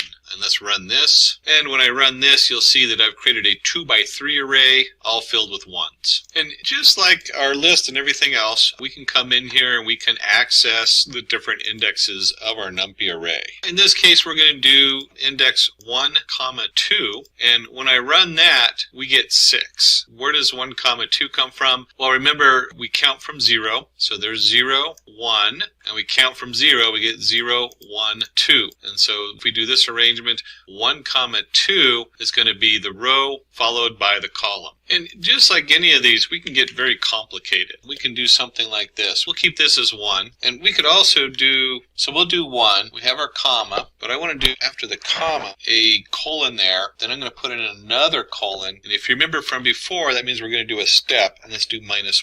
So this would look a little familiar. This is the same kind of format you got from list. And if I run this, we're going to look at the 1. So 0, 1, 4, 5, 6. I'm going to select all of them. That's what the first colon is. And then the second one says, hey, but I want to go backwards. We're going to step -1. And so we're going 6, 5, 4 on here. That's why you get the 6, 5, 4. And we could also do something like this. We could add in 2, 1. And if we run that, you'll see that I get 3, 2, 1, because it doesn't include 1. I could do up to 2, and then we get 3, 2, 1, 6, 5, 4. So now we have the first 2 in reverse, 0 and 1. And you can just play with this. Different ways to select different entities in our Numpy array. And although we can't dig into all the different aspects of a Numpy array, I did want to bring up one last thing, which is operations on a Numpy array. This is pretty cool because I can take this, and here's our Numpy array we've created. We can do something like this. We can take print array 3, and let's just add 10 to it. And this is a little different than what we've seen before. So if I run this and I add 10 to it and we run it, you'll see it adds 10 to every entity in the array. So I have 11, 12, 13, 14, 15, 16, and so on. I'm just adding 10 on there. And likewise, I could do all kinds of different values like times 10. So there it is multiplied out by times 10. There is other functionality, like you can sum it. So we can sum all the values in there. You could also select just a slice of this. So you could select let's do the first 0 and then sum it. And so we get 6. 1 plus 2 plus 3 is 6. So there's sum, there's min, there's max. The slew of commands just goes on and on and on. There's so much you can do with the Numpy array. And some important things to note, there's also what they call transpose. And this comes in a lot when you're graphing, because you might have a graph that looks at xy. Let's go back to our 2D array, and it wants all of xy, but your array came in as all the rows. So you have 1, 4, 2, 5, 3, 6, and you need to transpose it. If I run this, you'll see that I've gone from 1, 2, 3, 4, 5, 6 to 1, 4, 2, 5, 3, 6. It tends to be the other way around. There's times when you need the individual pairs, and of course we could go back and transpose it going the other way. Of course, this doesn't work because when you do this, it doesn't do it in place. You have to let it know it's in place if you're going to do that. So we'd have to do something more like AR3 equals AR transpose. Take this T out, and now we should get it where it flips it from the original values to 1, 4, 2, 5, 3, 6, and back again. So we can move the data back and forth and transpose that back and forth quite easily with this. So we touched a little bit upon the basics understanding of Numpy. It's a really powerful tool. We need to move on and look at functions. Functions are so important in Python. They're kind of programmers' bread and butter. So let's do a function. Just call this fun. And in our fun, I wanted to print Simplilearn. So what I'm doing is I'm creating a function that allows me to call this piece of script whenever I want. So instead of having the loop do this, I now have the function do this. And instead of, maybe I have this function where I want to print Simplilearn at 5 different places in my program. Instead of retyping it, I can just wrap it all up in a wrapper, function wrapper. And we can simply just call this. The way you call it is you just type in the name fun, because that's the name of our function. A little confusing there for fun.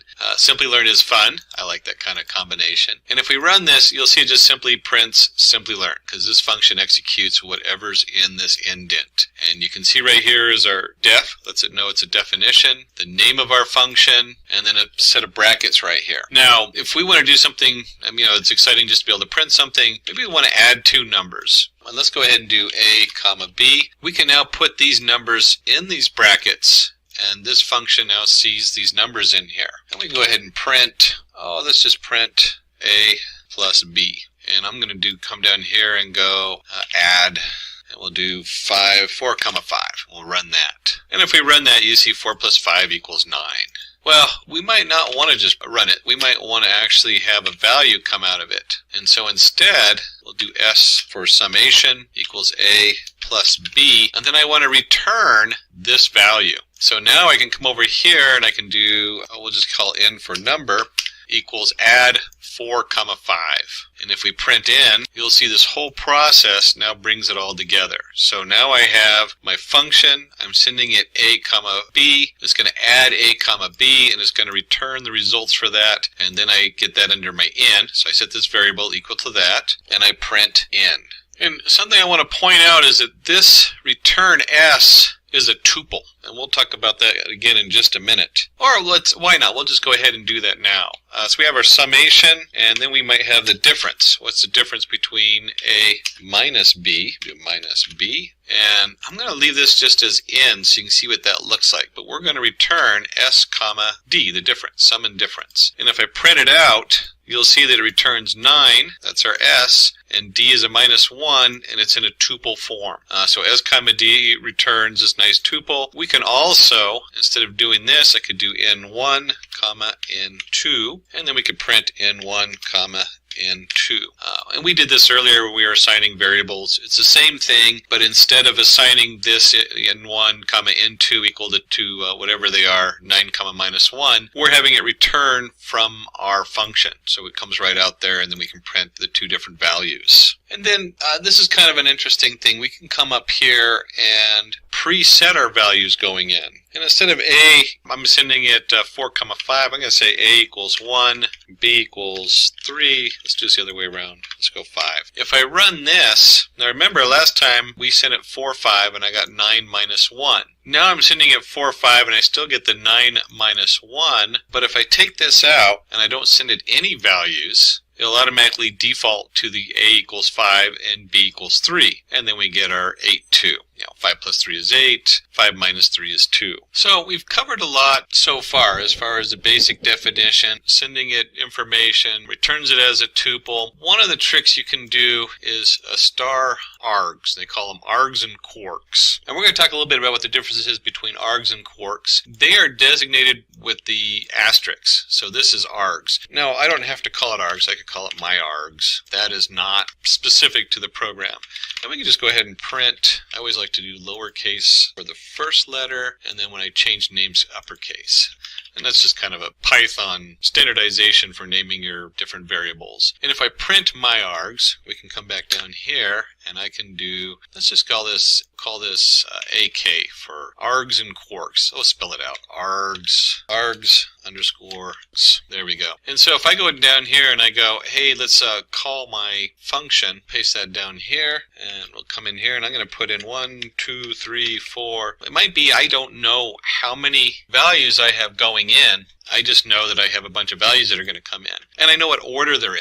And so you can see right here, it takes my args, we print out my args, and I typed in 1, 2, 3, 4, and that's what comes in. And we could do something like this. We could print args of 1, because maybe that's a specific setup, and it'll print 2. 2's in the 1 place, that's our index. And if we're doing like addition, we could do something like C equals my args 0 minus, let's do addition, plus my args 1. And you can guess on here, if we return, call it A, we can come down here and do A equals args of quarks. And then if I print our A and I run this, you can see it comes up with 3, because 1 plus 2 equals 3. And it might be that you only do stuff if 3 and 4 exist. Let's just do it this way. Well, this is fine. So you can see right here that we can now send it whatever args I want, and it will do those in a list. So I could send significantly more values in here than is up here, and that's okay. And that's how your args work. Again, the asterisk. So where does quarks come in? What does KW args mean? Well, instead of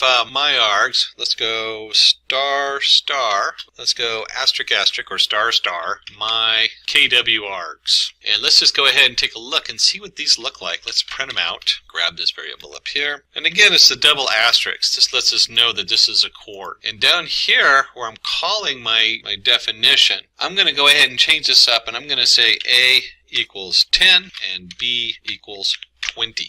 And then we have return A. Let's just take the return A out for right now and just have it print it. And if I run this, you'll see it comes up with A10, B20. We haven't talked about dictionaries. We didn't cover dictionaries yet. It's a special kind of set. And the way the dictionary works is you have your index or key, and it has a value. And the index or key is immutable. You can't change it. You can delete it, you can add it, but you can't change it. And you can change the in value. And so you can see right here, we have an index of A and an index of B. And so I could also do print my quarks, and instead of doing 0, I can now do A. And we'll do addition. We'll do plus my quarks of B. Hit the wrong button there. Okay, plus my quarks of B. And if we run this, of course, you got to make sure this is a string. The A value here is definitely a string coming in. We can do print my quarks of A plus my quarks of B, and you can see that we get 10 plus 20 equals 30. So this is just a really cool way to send information to your function and have it be able to, like, you might have all kinds of stuff in here you need to send. Once you send it, you can do all your different processes. You can also do, if you remember from before, I can do something like this. Let's do this. If A in my quarks and B in my quarks, then print my quarks of A plus my quarks of B. And you can see right here, if I change this instead of to A, I can change it to C and run it, and it'll say, hey, I've got a value of C, I've got a value of B, but because A's not in there, I'm not going to do this addition. So you start to get into some logic gates that make sure you have the data you're processing in there and what you're working on. And then one last cool thing to remember is that our definition is an object. So like any other object, and we'll talk a little bit more about objects here in a minute, I can assign it to a variable. So I can do D equals my args quarks, and then I could do D of, I'll do A equals 1 comma b equals 2. And if I run this, I'll go and run that, you'll see our first run, which we already had up here, where a C10, B20. And then you'll see I ran it again, and this time it has a equals 1, b equals 2, and it sums them together as 3. So you can assign this value, you can assign this whole definition to a variable. The final thing we want to touch upon with our definition and our functions is the recursive. We've already discussed the whole reason having a definition is I can now call it from multiple times from different parts of my program, so that if I know I need to add certain numbers together, I don't have to repaste this code in every time I need that. I just access my definition in a single line. So recursive means the program, this definition calls itself. And just like the while statement, you run the risk of running an indefinite loop. And of course, if you're stuck in an indefinite loop, that will eventually crash your program you're running. And so we might have, we'll call this definition rec for recursive, and we want to take in and we want to do something with it. So we might say, hey, if n equals 1, print n and return. So when we hit the value of 1 on n, we know this recursive function's done. That's what this is doing. But if it doesn't equal 1, we might want it to print n. And then we could do something like this, return recursive of n minus 1. So let's take a look and see what's going on here. The first thing it does is it says, hey, if n equals 1, we're done with this loop, because it is a loop. It's looping in on itself. And what we want to do is we want to go ahead and print n and then just return. And then we come down here and we say, well, if it's not equal to 1, we want to print n, and then we want to run this loop again with n minus 1. So we're changing our logic gate. Here's our n. N keeps changing. So n starts off at 1 value, and we keep subtracting. And then we can just do something like this. Let's do our recursive, and we'll redo with 3. And we'll run this. And I get 3, 2, 1. Why? Because each time it goes down here and it subtracts 1, that goes back into this. Then it says, okay, 3 minus 1, is it equal to 1? No. Print it out. Once we printed it out, do n minus 1, and so on. And you can see right here, we just do a simple countdown. Certainly, there's more complicated scripts you can write, but you can see how this simple recursive value works. We could use this to solve a factorial problem. Let's call this factorial def fact of n, and we'll change this down here so we call it and run it. And if you remember, factorial is simply we take a value, we want to return, call this f equals 1 for I in range, let's see, what would it be, in range of 1, comma n plus 1. Remember, it doesn't include the last one, so we have to add that extra plus 1 on there for our range. And we simply do f equals f. We can actually do this the Python way, f times equals I. So f equals f times I. And it just keeps going through and finds out what all the factorials are. And if we do this, return f, we can print our factorial of 3. There we go. And we run this, and we'll get a nice value 6. So 1 times 2 times 3 equals 6. We could also do this as a recursive problem. Just like before, we need some kind of break that says, hey, we're done. So we'd say if n equals 1, let's just return 1. If it doesn't equal 1, then what we want to do is we want to return the factorial of n minus 1. Yeah, the factorial of n minus 1 times n. That's what I want to do. So we take the value we have and we multiply it times a factorial of n minus 1. So if our value is 3, we're going to multiply that times a factorial of 2. And we take 2, we multiply that times a factorial of 1. Well, 1 is 1, so you're multiplying 1 times 2 and then back again to 3. And so if we take out this part right here, now we have the same code in factorial using recursion, and it just goes right down the list right there. And if we run this, we'll get the same value 6, just like we expected. And I want to go back a step. Let's just real quickly go back to here. There we go. For I in range of 1, f equals, we did the f times equals f, or I. So we're going through here, and this one looks pretty good. We've gone through, and it adds up the factorial. But as a recursion problem, if you remember correctly, this one just goes to the end. We know the exact answer. Danger of the recursion one, as we go back here and do a quick undo, is it's calling itself. And you can see right here if n equals 1, and then just keeps going minus 1 and minus 1, and if I run this, we get our 6. But what if the value in here is minus 3? Well, we keep subtracting. We go -3, -4, and so on.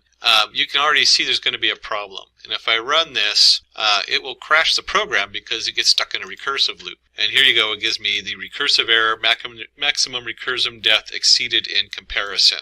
So we actually have a limit on there. So you got to be real careful with your recursive functions, but they're also really useful and handy in a lot of different scripting and computations. I hate to wrap up on an error, so I'll switch it back to 3 and run it, so we'll have our nice value of 6.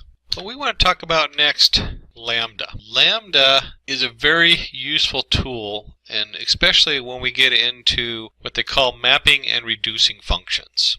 Map and reduce itself is a Hadoop term, and there's an actual scripting code called MapReduce, but it's also a programming way of thinking. So this is a very important concept, or a number of important concepts we're going to cover with the lambda, which means function. Lambda just is they call it the lambda function.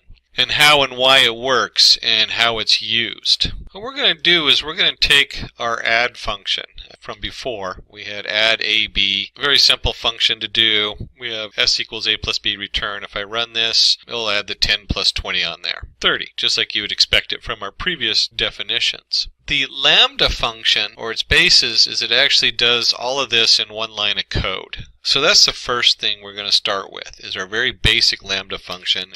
L equals lambda. There's our keyword lambda, meaning it's a function. A comma b, and we get a plus b. And so when you see this, our lambda function, I can print L, and then we can do 10, 20. This does exactly what we just did with the add function. It takes the 10 and the 20, it comes across as a tuple. There's our tuple being sent in. The tuple is AB, and then it simply returns A plus B, whatever's on the right-hand side. So the lambda is a simple function. Now, it can get really complicated by using a function for the function, but you can just put your simple function here, A plus B, L equals lambda, A comma B, colon, A plus B, and we get our nice print L for lambda 1020. We can also do some kind of filtering in here. So let's create ourselves a list. Here's a list of letters. And let's say I want to take this list and I want to filter it out. So we'll give it a variable here for our lambda. We'll just use X. X is very commonly used in lambda. And then we'll put over here X in. And let's say, if you remember from before when we did the vowels, we had our A, E, I, O, U. And if we run this and I go ahead and print L, pop that back in there and run. Forgot we were doing a filter function. I forgot the whole of it. We're going to do a list, and we're going to do this list of a filter.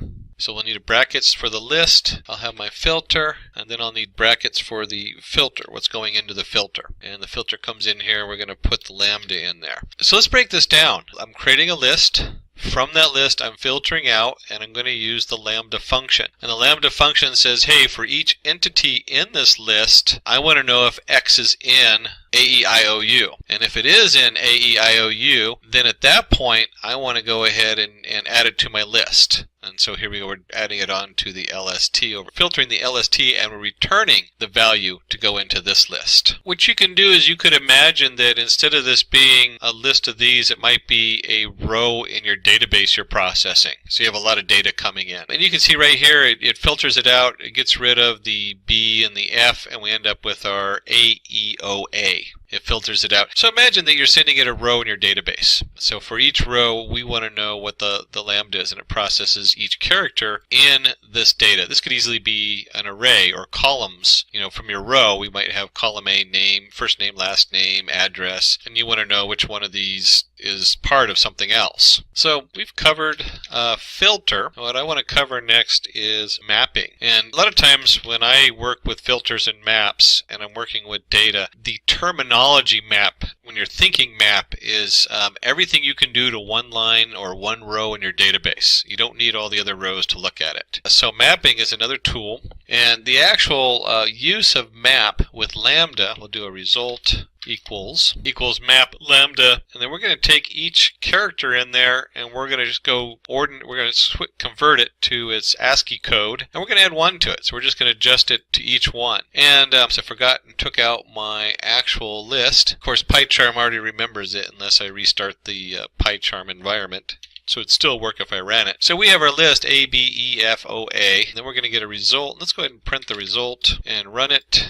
And you can see right here, result. And we'll convert it into a list. And so when we print the result, we get B, C, F, G, P, B. I'm guessing, A, the next one up would be B, B, the next one up would be C, E, the next one up would be F, and so on. And again, when we're talking about maps, the mapping part of a program, it's whatever you can do on one line of data. And I bring that up, and I keep saying that over and over and over again, because when you touch upon data processing, and especially big data, this is how we're able to cover tera and terabytes of data, is we process one row at a time. And that's the mapping. They call that is literally the mapping. We are mapping something. If I look at this row of data, I don't need to know anything else about the database other than this row of data. And that's how I'm going to map it. And if you're going to map something, you need to go ahead and reduce it, because if you have a ton of different rows in a database or whatever you're working with, in this case we're just working with characters in a list, you want to reduce it to something everybody can read, something you can process at a glance. We do need to go ahead and import reduce, so we'll do that from the function tools, import reduce. That makes it much more legible instead of doing functools.reduce. And then we'll do our results equals reduce lambda x of y,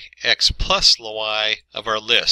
And all we're saying here is for each element that we look at, we're going to divide this up, and then we're just going to keep adding it on to our list. And then if we print out the result, we run it, you'll see we end up with A, B, E, F, O, A. And that's from the original list. Remember, this lambda result is not fed into here. This is the list that's being fed into here. In fact, let's go ahead and remove the map. I'm going to keep the map up there and reduce. So we mapped it, and then we take, so we're processing each individual character in our map. We're processing each individual character in this list, changing it, tacking it onto the list so it returns the differences, and then we're going to bring them all together. So we're doing a reduction, reducing it into one string down here. So we've covered a lot. We've had our functions. We looked at our lambda. The next thing we want to look at is modules. And we've already been looking at that without even knowing it. And we'll start with, I'm going to call this, I renamed this one mod1.py. This is stuff we already did earlier. So we had our prime of A, our even number of A, def prime of A equals for I in range 2, A. If the remainder of A divided by I equals 0, print number is not prime, return number is prime. And then we also did even, print number is even, print number is odd. So this is something we did earlier. We created these definitions to let us know whether it's even or odd. I've changed the name to mod1.py. And this is going to be saved in the same folder as our Scratch. So this script that I'm going to write in here is in the same folder. You can also put it in your library. So if you have your environment and you have all your library folders, which has all the other default Python, including the modules we imported, this will access either one. And what we can simply do on this is we can now import our mod1. And so we can do from mod1 import everything. So that's going to import our two definitions. It's going to import prime and it's going to import even. And so anything we do in here can now access that. So we can now do in equals integer. Let's do an enter input and enter number. So we're going to have it input a number, and it's going to force it to be an integer. So now we have our in, and we'll simply do print. And let's take a look over here. We had from our module, we had print prime of A or even of A. Those are our two options on there. That's what we had brought in. So I can do print prime, and we're going to send in back there. And I can also do print, or actually there's no print because there's no return statement. So it's just prime of n and even of n. So those are the two things we imported. And if we run that, it's going to ask me to enter a number. We'll enter in 3 or 23 in this case, and you'll say number is prime, number is odd. So 23 is a prime number, and it's also an odd number. Is it even or odd? This could be very complicated because you could also do, add a select in here, run this if I have a selection of A or B or whatever. But at this point, you're now writing modules for your script. And you can see how you can easily organize a very lengthy program by having your different modules built outside of what you're working on. So you don't have this huge length of like hundreds of lines of code to read through. You only have the little piece you're working on. And you can share these modules. That way, if you're working as a group,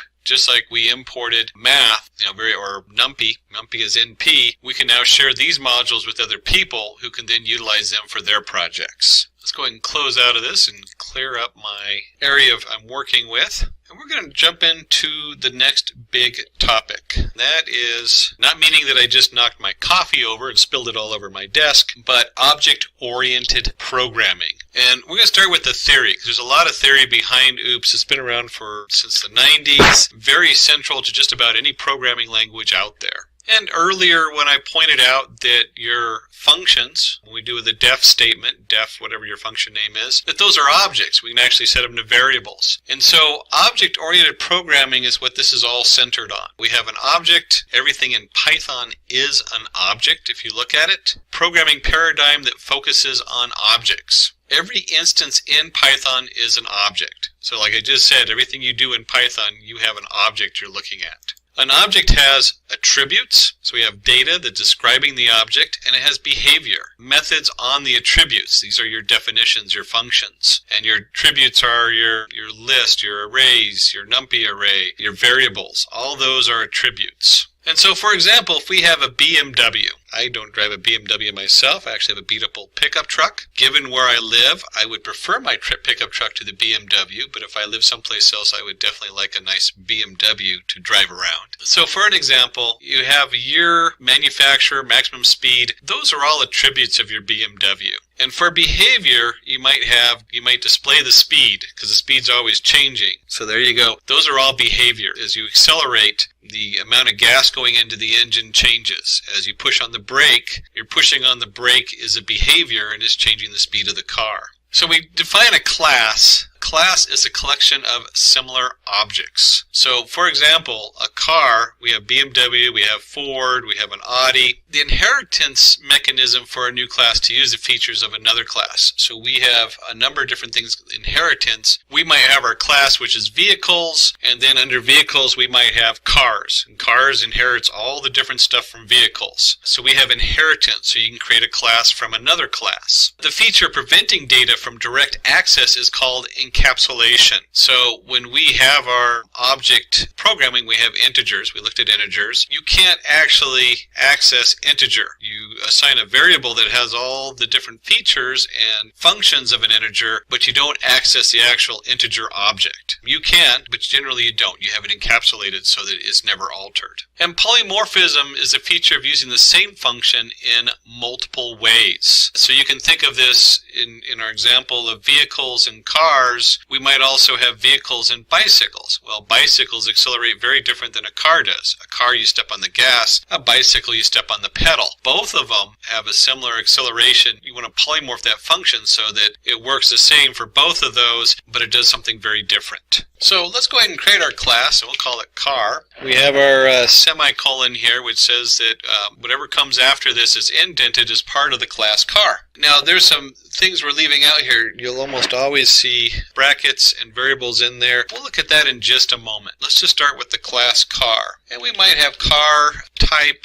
Let's give it an attribute. And this particular attribute is a car type. And we'll set it equal to manual. And this is a global variable we've set up on here that's used throughout the throughout the class car. And then we want to create a def. And this is a very special definition. Remember, that's a function for def. And we call it init. It stands for initialize, and we put a double underscore before it and a double underscore after it. What that means is when I create this class, an instance of the class, not the class itself, but I create this instance of this class, I create a variable equal to car. This initializes it, and self means that it's referring to itself. Whenever you see self in the class, you're referring to that instance. And we'll look at that a little bit more closer in just a minute, so hopefully if you're confused, we'll be able to help you with that. We'll go ahead and pass it a couple variables. Speed, so when we initiate class, we're going to pass it year and speed, and then self is just part of what's passed into the definition. And we'll go ahead and do self.year equals year, and self.speed equals speed. So up here we have a global variable, and down here we have an instance feature. I use variable and feature kind of interchangeably, but certainly feature is probably the more appropriate word, but they are variables also. Either way, they're the same thing. And then let's go ahead and create what's called a static method. And you set it that by doing the @ symbol here. And we'll call it static method. This is a command. It lets us know that this is not specific to an object or the class's variable. So this is independent of our specific initiation. And with this, we're going to do welcome. And we'll just have it do a print down here. We'll go print, welcome to the car showroom. Kind of fun there. So here's our, oops, I forgot to put the def in front of welcome. This is tabbed in. So when we do this, when I have our instance, this never changes. It's a static method. It's always going to do the same thing. It doesn't matter where it's coming from. It doesn't need to access any other information any other features in the class car or in whatever initiated variable I have. And then we'll do something a little bit more traditional. Def get speed. It automatically does the self. And in this case, we're just going to do print maximum speed is self.speed. Now remember, we initiated it. So here's our self.speed. Self means it's the instance we're creating. It's not the actual class, but the instance. And we're going to print that out. And so let's take a look at that and just see how this all comes together. I did forget one piece of the puzzle. Just like we have a static method, I'm going to do this up here. We also have what's called class specific.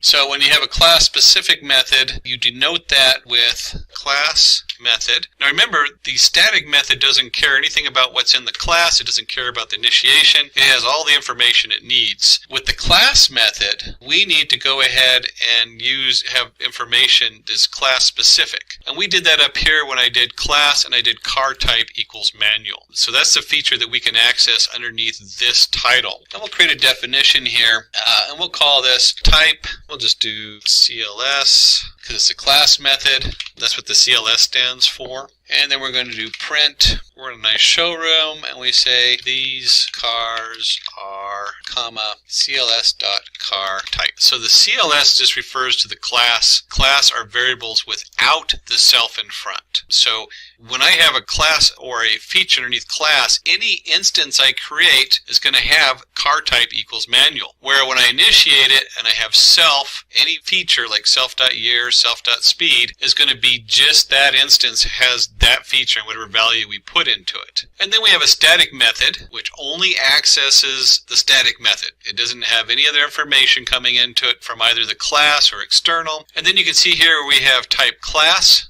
denoted by CLS, and we can print the class type. And then we have the self. There's our self, our most basic definition, get speed. And the way this works is we have our let's do our, here's our BMW. So our BMW equals, make sure there's no spaces in front of it. It's going to equal car, and we have our car class. Back up here, yeah, I did it all lowercase. A lot of times the classes you want to start with a capital letter. You don't have to, but that just is like a kind of a programmer standard on there. So you can remember that it is a class versus a variable, which we start with lowercase. And if you go up here to initial, we have self, which it automatically sends, because this is a part of the car, and then we have year and speed. And so we want to go ahead and send those in there. We're going to do 2018, and we'll say it has a maximum speed of 155. I don't usually, living where I do, I don't go over 75 or 80 at the tops due to the particular laws we have. And we'll do a Ford, and this particular Ford on their showroom, what, a 2016. And maybe our Ford has a maximum speed of 140. So now we've created two instances. And if I do BMW.getSpeed, you'll see here that it doesn't, the self, which I put in here, isn't needed because it already pulls the self in. That is the instance. It's saying the BMW, which I called it, is pulling in BMW on here. And all the features with self are pulled into it also. So if I run this, you'll see down here that it pulls up the speed. It says maximum speed is 155 for our BMW. And let's say we want to know about the Ford. Maybe we'll do Ford get speed, and we run this, and the maximum speed for the Ford is 140. And of course we're looking at the little ticker tape of the car, and along comes the guy who says, hey, do you want to buy a car? And we'll do the car welcome. And if we run that, it says, messed up on this because it's a capital C. There we go. And we do the car welcome, and it says, welcome to the car showroom. Maximum speed is 140 on the car you're looking at. Our salesman's come up and approached us. And then finally, we might be looking around the showroom and saying, hey, what kind of showroom is this? What are you guys showing to me? We can do car type. We see that it comes up, these cars, typo there. These cars are, and then it looks at the car type and says manual. So you're in the manual car showroom. Now, this is all great. You have your class car. Let me go ahead and just get rid of some of this stuff. Take it back a notch, clean it up, take out, keep our BMW and Ford down there. And so with our class car, we now have under there an init. We'll keep the init where we put in the year and the speed, and we set that. I've taken out my static method, but I do want to add in, let's go back and put the get speed back in itself. Get speed, and we'll just print like we had before, maximum speed. And because we put it in as for the instance, we'll do self.speed. That's how we reference it there. So right now we have our basic class car, and that looks pretty good. But what if we were talking about, remember we had like these models are all standard, these models are all whatever. What if I want to have a class sedan? So we're looking at just sedans. But I wanted to have all the features of the car. I don't want to have to do a economy, a sedan, a four-wheel drive. I don't want to redo all of the work I do in car because the get speed is going to be the same, the year and everything else is going to be the same. What I can do is we can do an inheritance. And that means when I do a class sedan of car, this inherit everything from car. So everything I have above in car is inherited. So any instance I create of sedan uses all the values in car. And we can change some things on here, but let me just show you how this works to begin with. Instead of doing, I can do this part right here. Let me just do bmw.getSpeed. So I still have my car class. So if I run this, you will see indent error because I forgot. I created this here. Let's go. Pass is just a fancy way of putting a placeholder here saying the code is here, but don't do anything. Select process, maximum speed is 155. And what happens instead of a car, we do a sedan and we run this, I still get maximum speed is 155. Well, sedan doesn't have that in there, but sedan inherited everything from car. So when we look at this, I have maximum speed equals self.speed. And the initialization is the same, self.year, self.speed on there. Now, we can also do something like this with sedan. I can copy all this over. Generally, you don't just do a pass here. At the very least, you need your init file in this. And so here's my initialization. And so with sedan, we're going to do something like this. I'm going to go super.init year, speed. And what I'm telling it is it comes in and it says, okay, I'm initializing a sedan. This is my initialization code. But we're going to go to the class that this inherited from, which is our car, and we're going to do the init there. This basically comes up here and says, okay, this is our init. This is how we're going to initialize this. But in addition to that, what I want to do is I also want to do something like this. Print this is a sedan. And so now when I run this, our BMW initializes as a sedan. It does the super, so it uses all of the init code underneath our class car. And then in addition to that, it's whatever I want to do. In this case, I want to just print this is a sedan. So you can see it prints this is a sedan. And then when I run get speed, it still utilizes that from the original class. So now I also have the speed and the initialization all under my original class car. I'm not recreating it, retyping it, copying it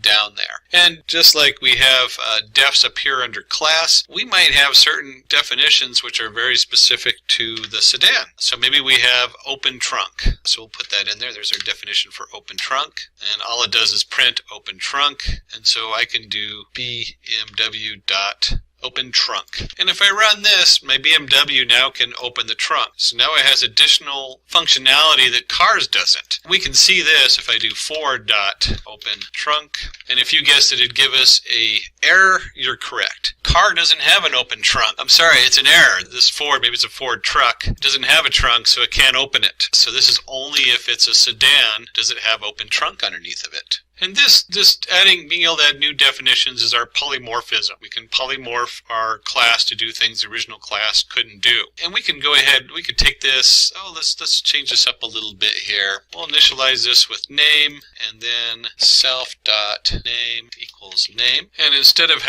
setting the speeds here, we'll just say that this particular individual car, maximum speed of 150 for for get speed. And we'll do the same thing down here. We'll have our, instead of a sedan, let's do this. Oh, let's just take this completely out of here. We'll take our sedan, and the sedan will have a speed of 150. But instead of a sedan, that works. We'll just do sedan. And then maybe we'll also have another one that is an SUV.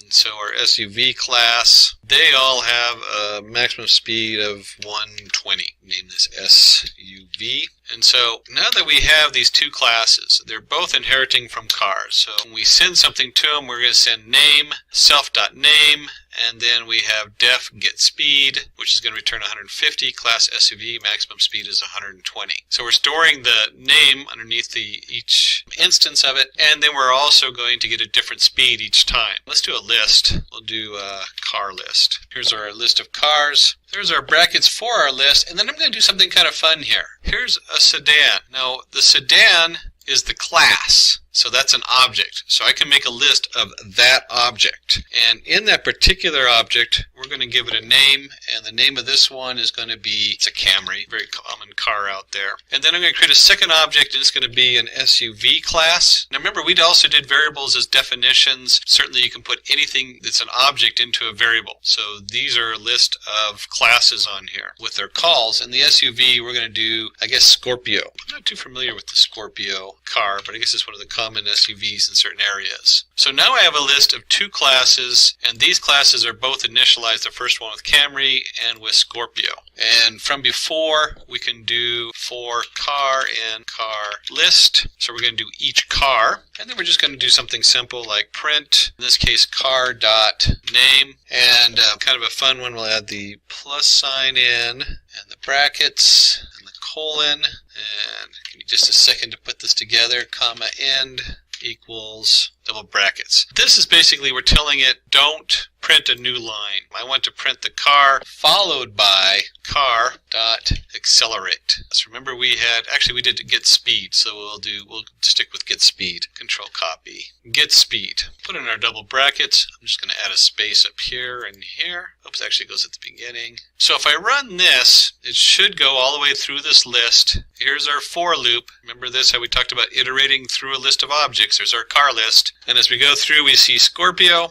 We have our Camry. Camry is maximum speed 150. Scorpio, maximum speed 120. So we put together a nice set of polymorphism of classes. We polymorphed our car class into a sedan and into an SUV, so they each print out a very different thing or have a very different get speed functionality. But they both inherit the initial def from car. We're going to take on 7 parts or 7 code challenges that you can do to take all the basics we've covered so far in Python and see how to apply them. And we'll start with part 1. Part 1, we want to go ahead and see if we can print the number of occurrences of each character in a string. And this would be a good time to pause the video so you can actually try to solve it on your own before we go ahead and give you the solution we came up with. Now remember, there's always multiple solutions to any of these challenges. So if you come up with a different one, that's great. It just means you're thinking on there. The first thing we want to do is we want to go ahead and get an input. So we want to go ahead and pull up an input for our word that we're going to type in. And then we're looking for the number of characters in a string. So we need some way to track it. And we have what we call a dictionary. Now if you remember, we briefly touched upon the dictionary. A dictionary is denoted with 2 brackets. And it comes in the form of a key. So you'll have your key code. And then that key code is set to a value. So the value can change, the key code cannot. And if we had brackets around this, you could initiate it if you already know your initial keys and values with something that looks like this. And we can also, here's our D, assign them as we go. And so we'd have our key, and then this would equal our value. And what's nice about these 2 setups is that we have a key code which could represent our characters, and then we have the value which is going to represent the count. Hopefully you remember map reduce. We're thinking map and reduce. This is such a common question that comes up in map and reduce. So we're going to map all our characters out and then count them and reduce that to, in a huge map reduce program, you would actually do each document have a summation, and then that would be sent and brought together and then reduced to just a single representation of it. So we're doing kind of the end part where we're just reducing this word. So here we have our dictionary, and then we want to go ahead and do a for I loop, for I in S. So our input is S, and this will iterate over each character in the string. And the next thing we want to know is, do we already have D in our dictionary? In this case, we're looking at each of our I's, so if I in D. So if it's already in there, then we can simply do this. We can simply do D of I, and then you can do the plus equals, and then of course we're just adding 1 to it because we're incrementing it by 1. Now if it doesn't exist in the dictionary and you try to do that, you'll get an error. It'll say no key value there. So now we have to do a thing where if I is not in D, we do simply D of I, and we initialize it with 1. Keep it simple. And then finally, we've got all our different things. We can just print D. And if I run this, let's go ahead and take that and run it. Comes up, says enter a string, and we'll do hello. I'll hit enter, and you'll see I have H, capital H equals 1, lowercase e equals 1, L equals 2, there's 2 L's, and O equals 1. You can also, if you're trying to look at it a little bit clearer, you could do for key in D. We could do something like this. Print D of key, and you got to remember it doesn't actually print the key unless you tell it to. So here's the key and the D of key. So I can also do it this way. See if we can pick a better word on here. You can actually do a full phrase in here. So welcome to Python.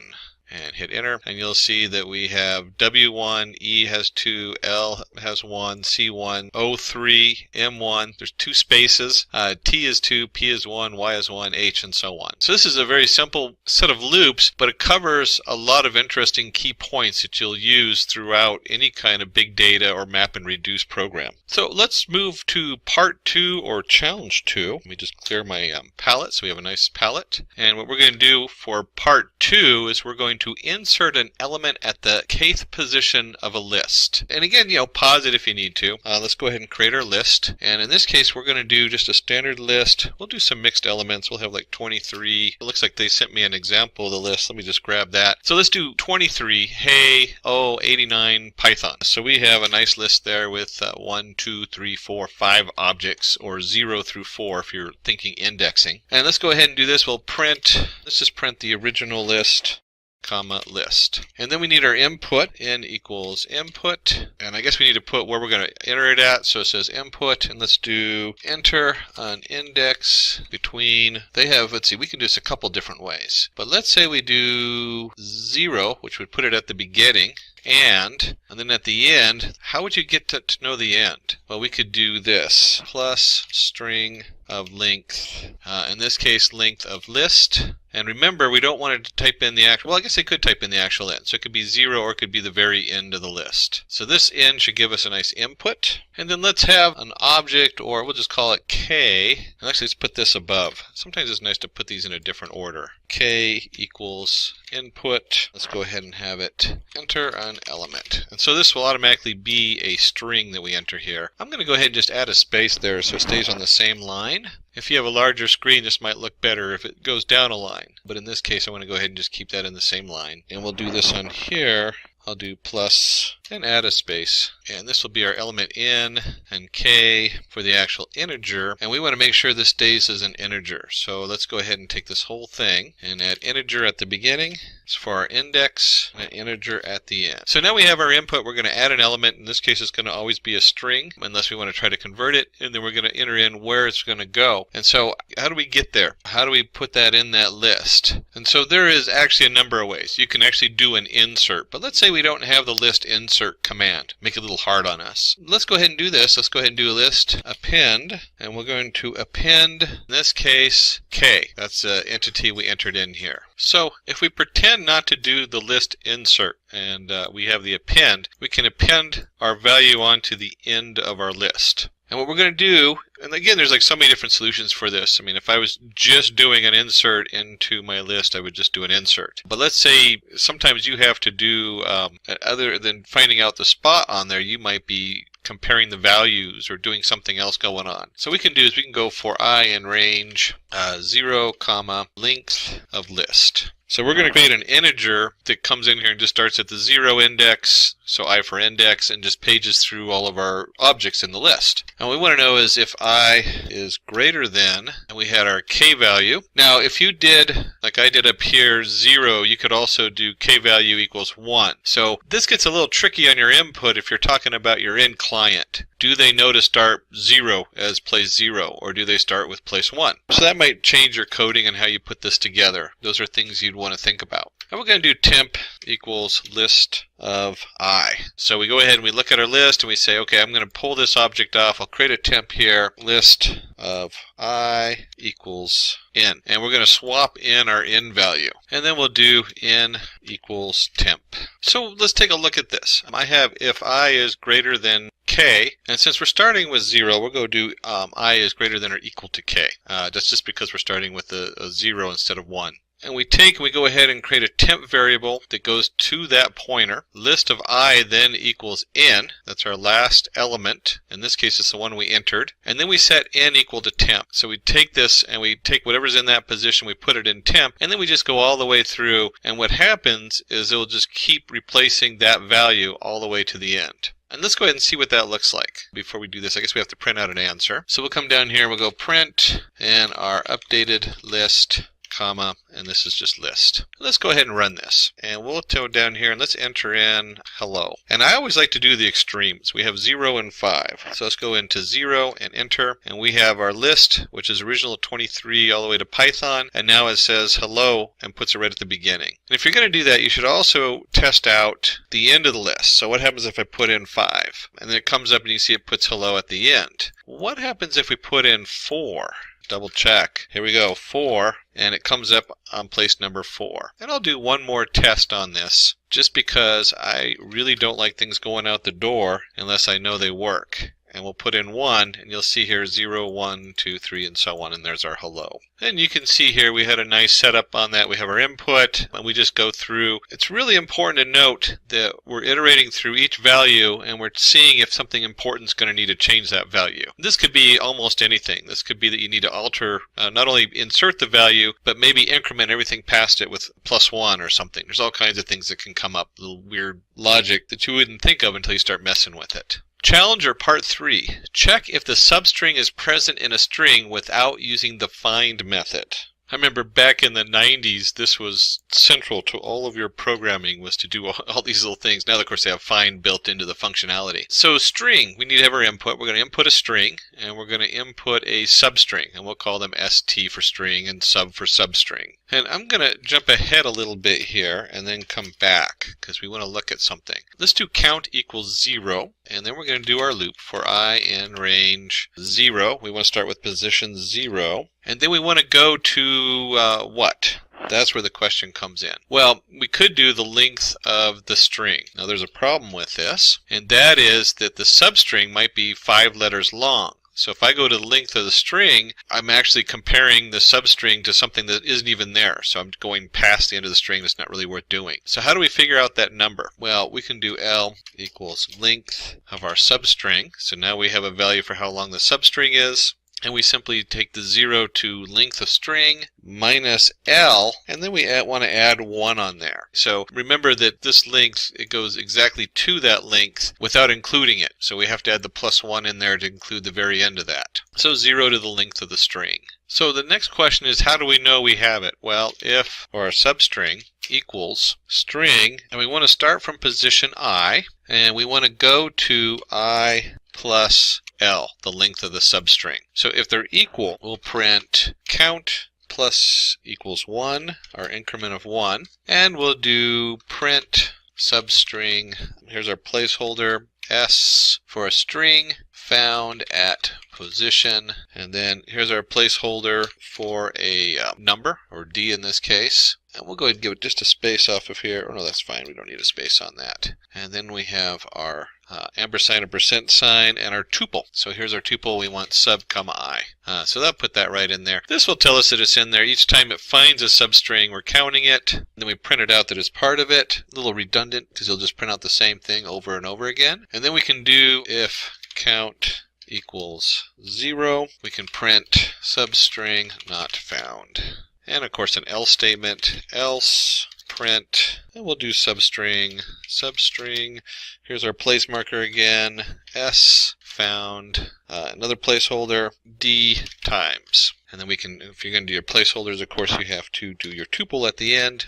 And we have our sub, comma, in this case count. So let's see what that looks like when it runs. Oh, before we do that, let's just walk through it. So let's take a walk through what we just did. So we have for I equals range, we had to kind of fiddle a little bit with the length to make sure we got all the way to the end, but we didn't go past it for finding our sub in the range of the string. Simple if statement says, hey, it's here, count plus equals 1. Let's go ahead and print our substring found. This will be very repetitive, so I don't even really know, wouldn't normally put this in here just to keep printing it. And then it says if count equals 0, we found none, print substring not found. And else, substring s found d times with our count. So let's go ahead and run this. And here it goes. Enter our string.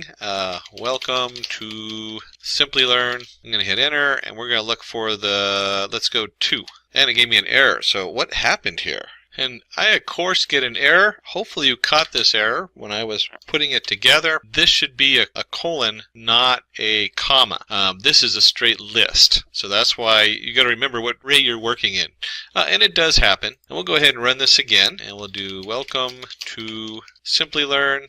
Type in our 2. And it comes up and says substring 2 found 1 times. Substring found at position 8. So now we know what position it's at, and we also have how many times it was found. And since I was just talking about Numpy arrays, let's do challenge or part 4. Find the index for the nth repetition of a number in a Numpy array. So let's go ahead and import our Numpy as NP. You'll see that very standard. And I went ahead and created an array, or our team in the back did. So we are going to go ahead and create our variable AR set to a Numpy array, and it's just 1, 2, 4, 1, 23, 1, 2, 3, 4. So it's kind of a random set of numbers on here. And let's see how we can build this. And at this point, you should be trying to think about how to do it yourself. And let's go ahead, and I'll just paste this in here. We're going to print the original array just so you can double check it in our output. And we're going to do our input. Num equals an integer, and then give a value for the number for your input. So we'll have our num we're going to look for. And let's do this. If num in r. So the first thing we want to know is even is in there. There's always a chance you might not even have that number in there. Initiating or doing initial case. So if we're looking for kind of the base case of do we want to even do anything if it's not in there. So if number in AR. First thing you want to do is check. Otherwise it's not worth processing. And then let's do this. So we want to ask the question, what is the index for the nth repetition? So we got to find out what repetition the user wants. And we'll go ahead and create another input in, give a value for in, which is our repetition or repeat. So give a value for in or the repeat on here. Now at this point, there's so many different ways to solve this. We could iterate through, but we're going to create, and you'll hear the term mask. Let me just type that out for you, where you're masking something. Masking means that we create a series of values. In this case, we're going to create a bunch of 1s, and we're going to say it equals NP. So here's our Numpy array where our input array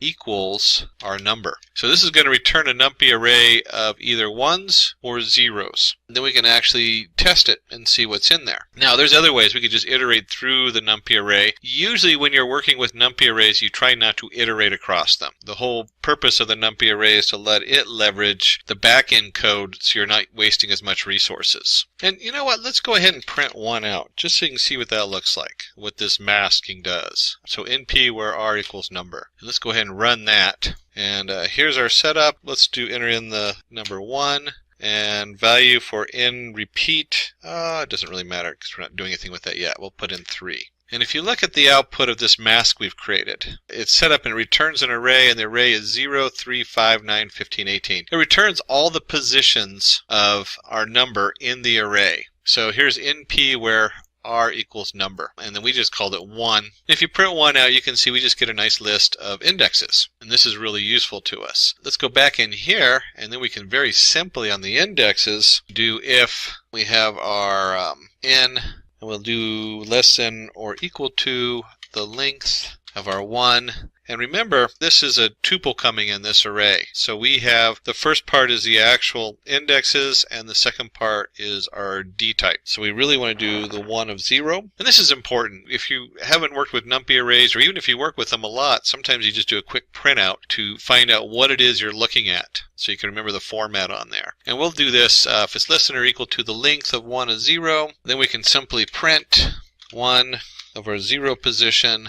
And then on here we want to do, since that's also itself is array, we want to do the n minus 1. Because remember, we start with 0. So if we wanted to find out how many is in there, or what the position it is, we're counting 1, 2, 3, but the array is 0, 1, 2. So we have to put that n minus 1 in there. And of course, if we don't find it, we'll do an else statement, and we'll print there aren't, and then we'll go ahead and put down a placeholder just so we can keep track of it. Occurrences of 1. Just keep it simple this time. And then finally, we'll go back here, and you had our original if number in the R. We of course have an else. Print that it's not in there. Boom. And let's go ahead and run that.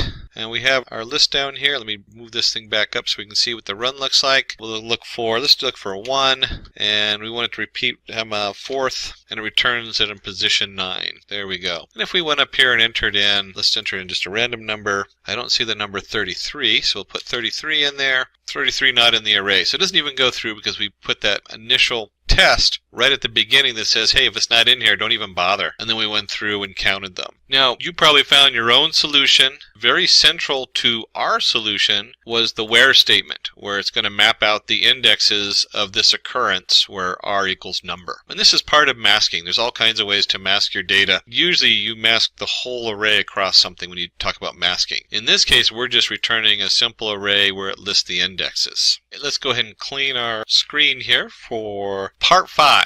Generate a dictionary that contains pairs such as I, I times I, where I integer is between 1 and an entered value. Sometimes I'll break these up if I'm for readability, so we'll do that. There we go. So we're going to generate a dictionary. That's the first thing we need to do. And we need a value entered. So let's go ahead and do both of those. And there's a couple ways to generate a dictionary. Earlier we did the 2 squiggly brackets. You can also just do D equals dictionary. And if I run this, you'll see that it works and asks for a number. Let me go ahead and enter in 4, and it processes. I could have easily just have also done this with a double brackets. That's the same thing. So if you see something dictionary, you could also, these are equivalent statements. D equals brackets and D equals dictionary, or the dictionary object. And we'll do for I in range, 1 in plus 1. So there's a number we entered. And in our dictionary, we're going to do D of I. There's our key, equals, and our value, I times I. And you could have also done, since this is just squaring it, we could have also done squared. That's the same thing as I times I squared. But we'll go ahead and do I times I, and then we'll simply, because you want to see what your end is print D. And let's go ahead and run this. And we'll shift this up just a little bit. It says enter a number. We'll enter 3. And if I run that, or if I hit enter on there, I get 1, 1. So 1 squared is 1. 2 squared is 4. 3 squared is 9. And you could go on as far as you wanted on there. I could enter in a significantly larger number. But it goes up to whatever my range is on that. This is again an example of dictionary, how to build a dictionary in simple ways on there. Alright, let's go ahead and clear our screen for part 6. Write a program which takes 2 digits, x, y, as input and generates a matrix. The element value in the ith row and the jth column of the array should be I times j. There's a lot of ways to do this. We're going to do this as a list of lists. My first thought, though, would be to put this in Numpy, because Numpy can do this there's a lot of automated ways to do this in Numpy. But let's go ahead and look at the back end. How would you do this into a regular list? So before we start solving this problem, how do we get our data? We have 2 inputs. What if I wanted to have just 1 input, where I have you enter x, y? What would that look like? Take out the space there, because that could cause an issue. Well, there's a couple ways to do this. One is if we want to generate an xy, this member is going to return a tuple for whatever I do. We could do something like this. So on here, we're entering a string with 2 integers. How do we convert those? Well, we can do integer x for x in string.split. This is a really kind of a fun shorthand for Python for iterating through our setup. So what we got here is we're going to first of all split our string. So here's our string. It comes in with 2, 3, and then we take and we split it by the comma. And for each entity in that split, we want to return the integer of that entity. In this case, we've labeled it x. And so this should go through and do x, y, and it should return an x integer and a y integer. And let's just see what that looks like. Let me just go ahead and print x, y. And let's go ahead and run that. And here our xy is. We go 3, 2, hit enter, and it enters 3, 2. Now, if you're putting out a full package, what happens if you have somebody who's overzealous and does something like this? 345, 3, enter. We're going to get it unpacked too many values. So this returned this huge list of numbers I typed in and gave me an error. So you got to remember that when you're doing these different inputs, you might sort it out and just look for the first 2 of them. There's all kinds of different ways to do this. So now we have our xy. If you went ahead and just did the enter x and enter y, that's okay. And we want to generate a list. So our list that we're going to put together is going to be, and again we're doing some nested stuff here, which is a lot of fun. We're going to create a 2 by 2 matrix, and so we're going to have for 0 for column in range y and for row in range x. So what we're doing here is this is going to put a 0 in each of these in here. And then this is simply column is our for column. Column is nothing more than a placeholder. I could have done for C in range Y. Same thing with row. That's because it has to have a value that shows up here. And we're just going to fill everything with 0. And let's go ahead and print this. Print list. We run this, and you'll see here's our enter x, y. We'll do 3, 3, and we end up with 0, 0, 0, 0, 0, 0, 0, 0, 0. Here's our 2 iterations done the Pythonian way. It's going to return, you have the square brackets on the end, so it's returning an array. And for the first one, we're going to put 0 for column in range of y, and then we're going to repeat that again for row in range of x. Instead of 0, we can simply do this. I can do column times row. And if we run this, we'll see here's our xy. Let's do 3, 3 again. That way it's not too big on there. And we end up with 0, 0, 0, 0, 1, 2, 0, 2, 4. And we might get a little fancy in this and do, oh, you know what? Let's do it this way. Import numpy as in p. And then maybe we'll do numpy array equals np.array of, and then we'll enter in our list that we created, and then let's print npa. Remember that when I see here matrix, I automatically go right in for the numpy array. So we'll enter our 3, 3, and you can see here that numpy is designed for doing matrices. And so we have 0 times 0, 0 times 1, 0 times 2, 1 times 0, 1 times 1, 1 times 2, and so on. So we create a nice little matrix of I to j. And then we put it into numpy just because we can. And numpy has such a nicer format on there. So let's go ahead and clear our palette. Let's move on to part 7. And in part 7, we're going to find the HCF of a 2 numbers using recursion. And HCF, if you don't know what HCF is, it's highest common factor or denominator of 2 numbers using recursion. I couldn't remember it. I had to look that up. So let's do a definition. We'll create our little function, HCF. And what comes into there is going to be x and y. And what I want to know is we want the highest one, so we'll do if, first of all, y is not equal to 0. If it's equal to 0, you don't want to divide it anything because they'll give you an error, anything divided by 0. And let's take that and we're going to just return HCF of y comma x, and here's a remainder of y. So HCF y of x of remainder of y. So we're looking for, this is just the remainder. So it's going to return the remainder on here on this. Else, we want to return x. And so we need our input on this before we go any further. So let's grab a input, and we'll do the same kind of input we did before. We're entering x and y, enter 2 positive integers. And this is just from a previous example. So we'll just go ahead and grab the integer x for x. And in this case, it's not string. Keep it the string on there, st. and have our two integers here from before. Keep it simple. And then let's just go ahead and combine it all into one line. Pythonian way. If you can put it into one easy to read line, then you should do so. So we're going to print HCFF of placeholder D, and placeholder D is placeholder D. And this is our X, our Y, and then we're going to just print out the return value of our HCF of XY. Now let's go ahead and run this. We're going to enter in two positive numbers. Let's go 12 and 18. And so the HCF of 12 and 18 is 6. That would be our most common denominator. Let's go ahead and clear out part 7, and then bonus.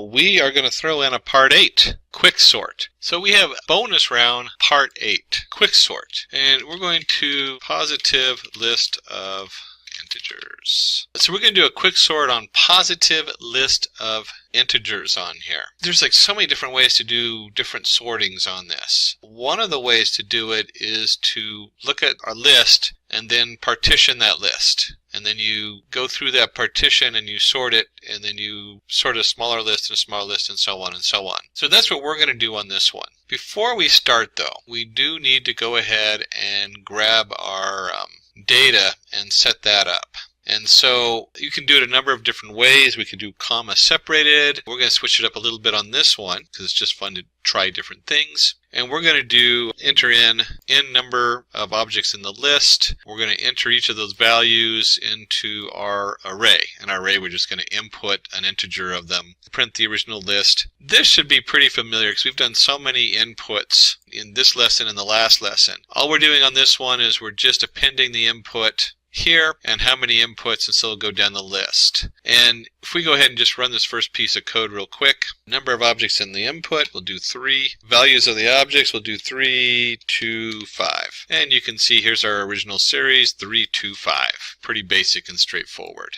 And because for me space is a commodity as far as our output and the screen I have for your catching you on what you're reading there, we'll just put it on one line. We'll say original list. So the first thing we want to do is if we're going to do partitions, let's create a module for partitioning out our data. And so we'll start with a simple definition, procedure, and we'll call it partition. And we want to take our list that it's sent. We want a low value, a high value. And what we're going to do with this is we're going to create I equals low minus 1. So remember, this is an index, and we actually started with 0, so now we're actually 1 less than the index if we're initiating this with 0 on one end and the maximum on the high end. And we'll call it pivot, and the pivot is going to be a value. We'll set that list equal to our list of our high index. So remember, high and low are indexes. I is an index. Pivot is a value. That's the actual value in this position of whatever we send it. So we're going to send it 2 pointers, low and high, and we're going to send it the list. And when we initiate this, we usually will set it up as a first entity, which is index of 0 for low, and then for high we'll have the highest index on there. Then we need to go ahead and do for j in range,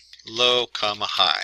So we're going to go through all the different values in there, and if list of j is less than or equal to pivot, then I equals I plus 1, but we like to do it the Python way, so plus equals 1. Now remember, we subtracted 1 up here, so this is 1 less than whatever index we sent it, which if we start with 0 would be minus 1. And this brings it back up to 0. So this is why we put this in here at the top part. I'm actually going to stop here just for a second, because sorting is one of the most basic things, but it's very confusing as to why the sorting is so difficult. And one of the reasons it's so difficult is because if I have the numbers 3, 2, 1, there's so many different ways to sort this. One, I could take and look at these two numbers, and if this value is higher than this one, I could swap them, which would then give me 2, 3, 1, and then I can look at these two numbers, and if this is bigger, then I can do swap them, and then I get 2,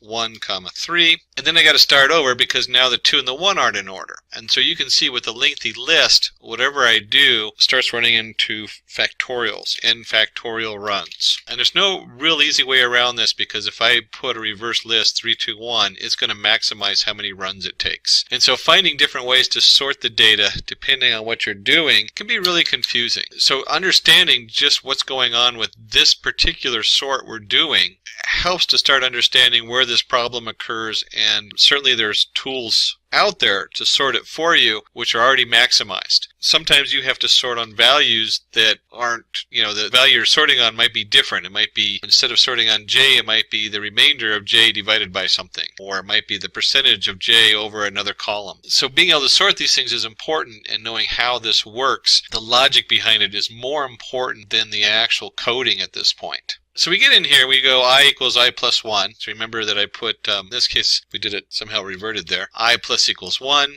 And then we're going to do list of I, comma, list of j equals list of j, comma, list of I. And this is just a cool Python way of swapping values. You can see here we have ji becomes ij. So we're swapping the values up here as we go through this partition on right here. And this works on our counting because we have I, which right off the bat is set to 0. We have high, which is not the end value, but one less than the end value. So our range of j is going from 0 to not quite the last digit. And our I is going from, we've added the plus 1, and then it goes to the end here. So we have our list of I, our list of j, and we swap them out depending on if list of j is greater than pivot. And we can also do something like this. Here's our pivot.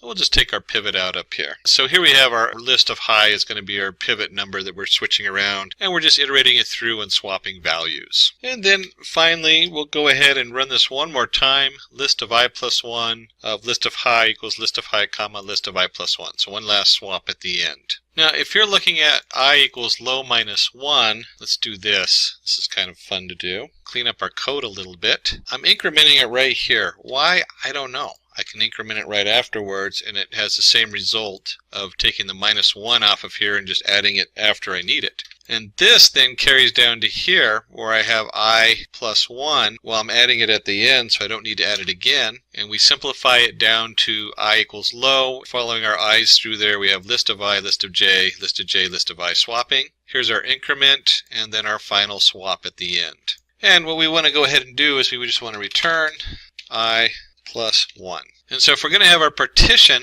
set up this way, where we're returning the I plus 1, or in this case just I, we want to return I. Carried it down, forgot to carry it down there. We've taken our list, we've swapped it around because we're passing the list. We're passing the actual list, not just a pointer to it. And then we're going to return the I so we know what we did. And so if you remember down there when I did that example, the first time through we swap it around, and then it comes up and says, oh, okay, we've already swapped the high value all the way up to the right-hand side. Then we have to start over. So we'll go ahead and call this quicksort.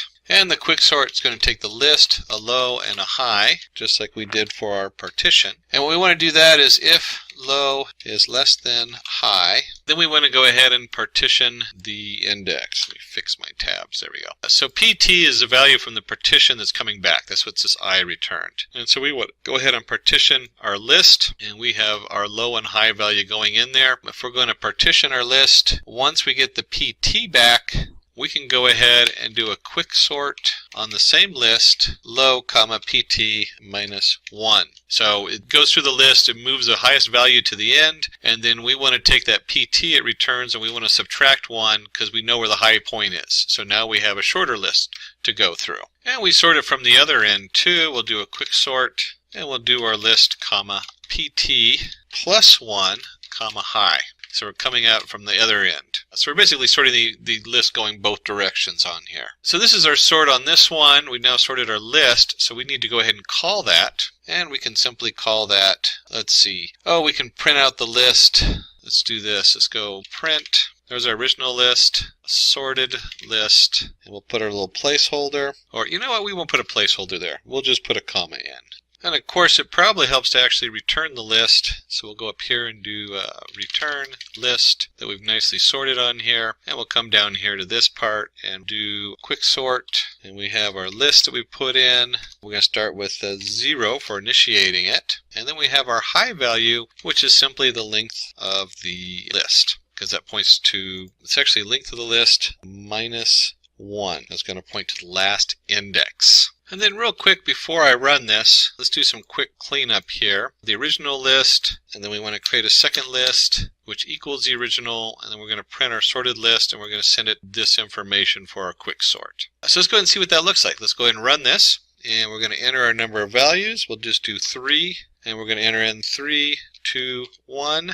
Let's open this up so we can see what's going on down here. So here's our original list, 3, 2, 1, and you can see it's nicely sorted, 1, 2, 3. And if I was testing this out, I would enter in 1, 2, 3 to see what happened. I would enter in 2, 3, 1. Just some quick changes to make sure it's sorting correctly. In fact, let's go ahead and do that real quick. Let's go ahead and enter another list. We'll do it 4, and I'll do 1, 2, 3, 4. 1, 2, 3, 4 sorts out as 1, 2, 3, 4.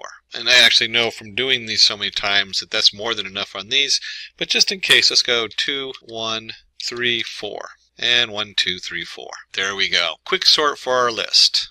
Certainly the questions we're going to ask in here are very general with a few specifics towards data science, since that's the main direction that Python's going in. And you'd want to expand your questions for your interview depending on the domain that you're using the Python in specifically. Let's dive in and get started with some Python interview questions. Number 1, what is the difference between shallow copy and deep copy? And you can see with shallow copy we have object 1, which has child 1, child 2, child 3, and so on, and object 2, which has child 1, child 2, child 3. A deep copy creates a different object and populates it with the child objects of the original object. Therefore, changes in the original object is not reflected in the copy. Copy.deepCopy creates a deep copy. Shallow copy creates a different object and populates it with the references of the child objects within the original object. Therefore, changes in the original object is reflected in the copy. Copy.copy creates a shallow copy. And you can look at this. If we make a change to child 1, it's only a pointer. So if you make it in object 1 and a change to child 1 in object 1, it will also make that change in object 2. Number 2, how is multi-threading achieved in Python? Oh, this is a good one. With multiprocessing and multi-threading, this question is actually asking you, do you know the difference between multiprocessing and multi-threading and how multi-threading works? Multi-threading usually implies that multiple threads are executed concurrently. The Python global interpreter lock doesn't allow more than one thread to hold the Python interpreter at that particular point of time. So, multi-threading in Python is achieved through context switching. It's very different than multiprocessing, which actually opens up multiple processes across multiple threads. So, multi-threading. Discuss the Django architecture. So the Django architecture, and the first thing to know is that the Django is a web service, way to build your web pages basically. And so when you look at the architecture, you can see here we have a nice model drawn out where the user initiates the Django, which initiates the URL, which initiates the view, what they're going to view, and you have your model and your template. So the model of data, whatever data model you're pulling, goes into the template and then goes back up the pipeline to the user. And the important thing to note is there's a template, the front end of the web page. This is what they're going to see. There's a model, the back end where the data is stored. So you can keep the template and the looks and everything looks the same, but you can swap out the underlying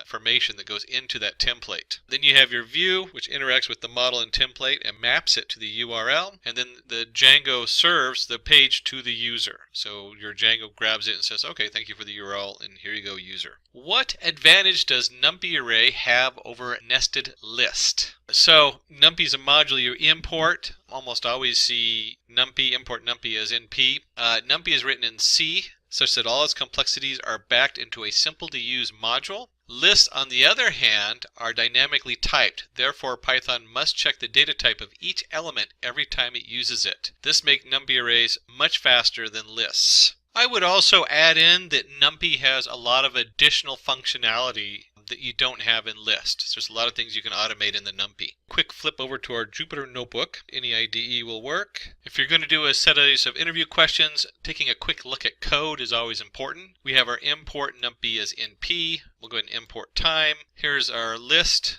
sub for I in range of 100. And what we're doing is we're going to time it. So we're going to create a list. Then we're going to create a Numpy zeros array. And you can see here, look how quick you can create this Numpy zeros array. Here we are appending 1 0 at a time for a regular Python list, and here we are with Numpy. They're all zeros, and they're all of type integer. I believe it's either float or integer on this. I'd have to actually do a type on it. And then, so if we take in and we create a TL1 time equals time, and then we do for I in range of 100, for j in range of 100, L of I, j equals L of ij plus 5. So we're just doing a simple calculation on our array and subarrays. This is an array of arrays. And we'll do the same thing with TL2. TL2 time.time, TL1 equals, so here we have our final time on that. And then we'll do this with an array op, and this is what I really love, a equals a plus 10, and then you can just print it right out. So you can see right here with a Numpy array, we're doing the same thing.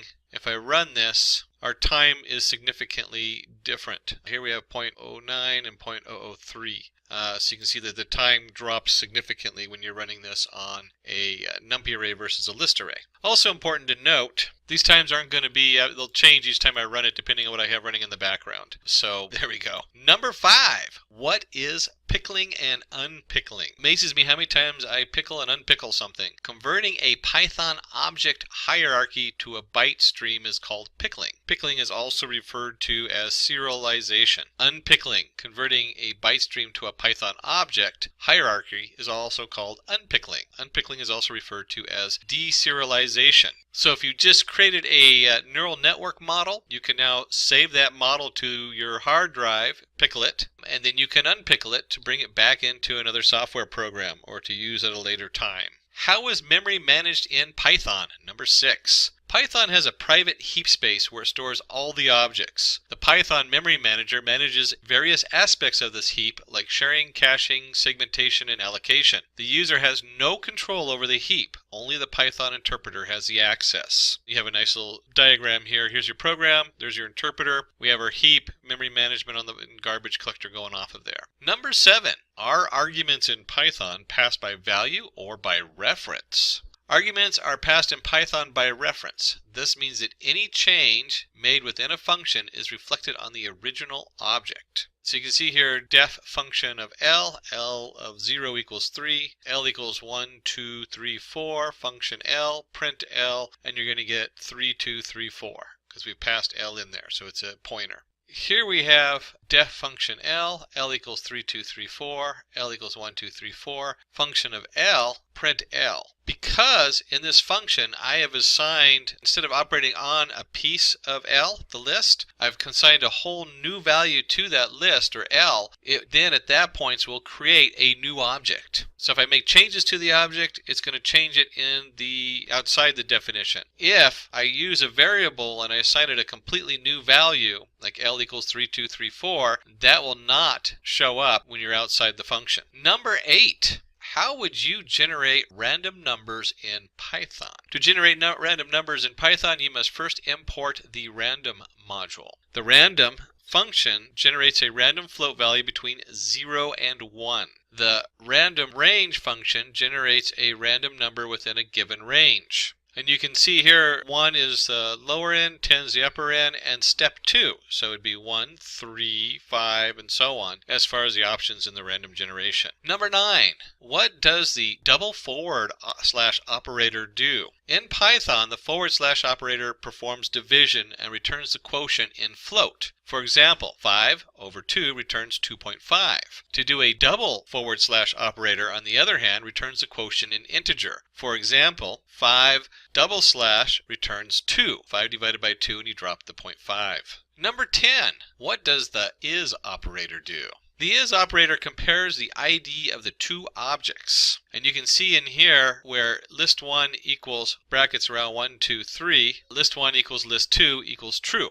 And you have the double equals in Python, of course. And you can do list1 is list2, where list2 equals 1, 2, 3 is false. List2 is not the brackets 1, 2, 3. It equals it, but it's not the brackets. And if we do list3 equals list1, then list1 is list3 equals true. Number 11. What is the purpose of pass statement? The pass statement is used when there's a syntactic but not an operational requirement. For example, the program below prints a string ignoring the spaces. And so here we have variable equals Simplilearn. We've added 2 spaces in it. For I in variable, so it goes through each I. If I equals space, do nothing. Else, print I, and then we'll have the end equals bracket bracket, and they'll print out Simplilearn. Now, of course, you would probably write this if I does not equal blank space, print. But this would be another way you could do that if you need a placeholder for that first logical set or that first area. And you can also do a function like this. You could do function,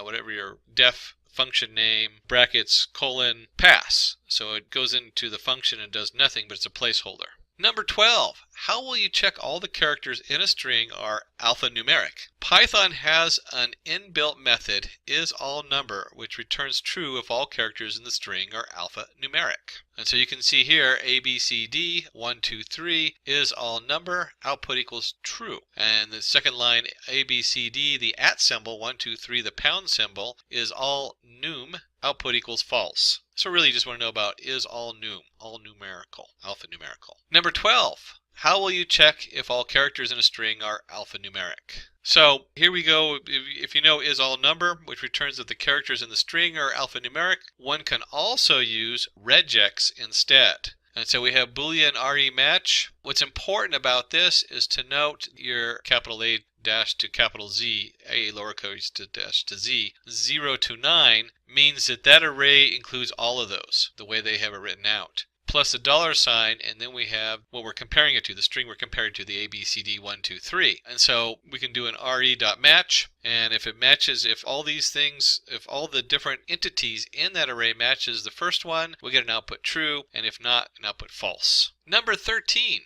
how will you merge elements in a sequence? Sequence. There are 3 types of sequences in Python. There's lists, tuples, and strings. Python, of course, makes this easy. If we have a list 1 and list 2, and list 1 is square brackets 1, 2, 3, list 2 is 4, 5, and 6, we can simply do list 1 plus list 2. And our output is 1, 2, 3, 4, 5, 6. If we have tuples, your tuple is the curved brackets designates it, and again, just add them together. Same thing with strings. We have Simplilearn, S1 plus S2 equals Simplilearn. Number 14. How will you remove all leading whitespace in a string? Python provides the inbuilt function lstrip to remove all leading access from a string. And you can see here, space python dot lstrip, leading strip, Python. And you can also do strip, which relieves leading and ending. Of course, there's also the ending set. Number 15. How will you replace all occurrences of a substring with a new string? The replace function can be used with strings for replacing a substring with a given string. Syntax: string.replace old, new, count. Replace returns a new string without modifying the original string. Hey John, how are you, John? ? Replace John with capital JOHN 1. And then you can see right here, hey John, how are you? And since we designated with the 1, just says we're only going to replace one of these. 16. What is the difference between del and remove brackets on lists? Del for delete. Del removes all elements of a list within a given range. Syntax: del list start to end. Remove. Remove brackets removes the first occurrence of a particular character. Syntax: list remove element. And we see a nice example over here. If we delete the list 1 to 3, it will delete the first, in this case B, 1, 2. It doesn't do 3, remember that. 1, 2, so it will delete B and C and you end up with a D. Where if we do remove B from the list and we have an A, B, B, D, it's only going to remove the first B. Number 17. How to display the contents of text file in reverse order. Open the file using the open function. Store the contents of the file into a list. Reverse the contents of the list. Run a for loop to iterate through the list. Number 18. Differential between append and extend. Append adds an element to the end of the list. You can see right here we have a list 1, 2, 3, 4, and we append 4, and we end up with an output 1, 2, 3, 4. And extend adds an element from an iterable to the end of the list. And we have here list equals 1, 2, 3, list.extend 4, 5, 6. Output is 1, 2, 3, 4, 5, 6. So if you want to append an array to the end of another array, you want to use the extend. Number 19. What's the output of the below code?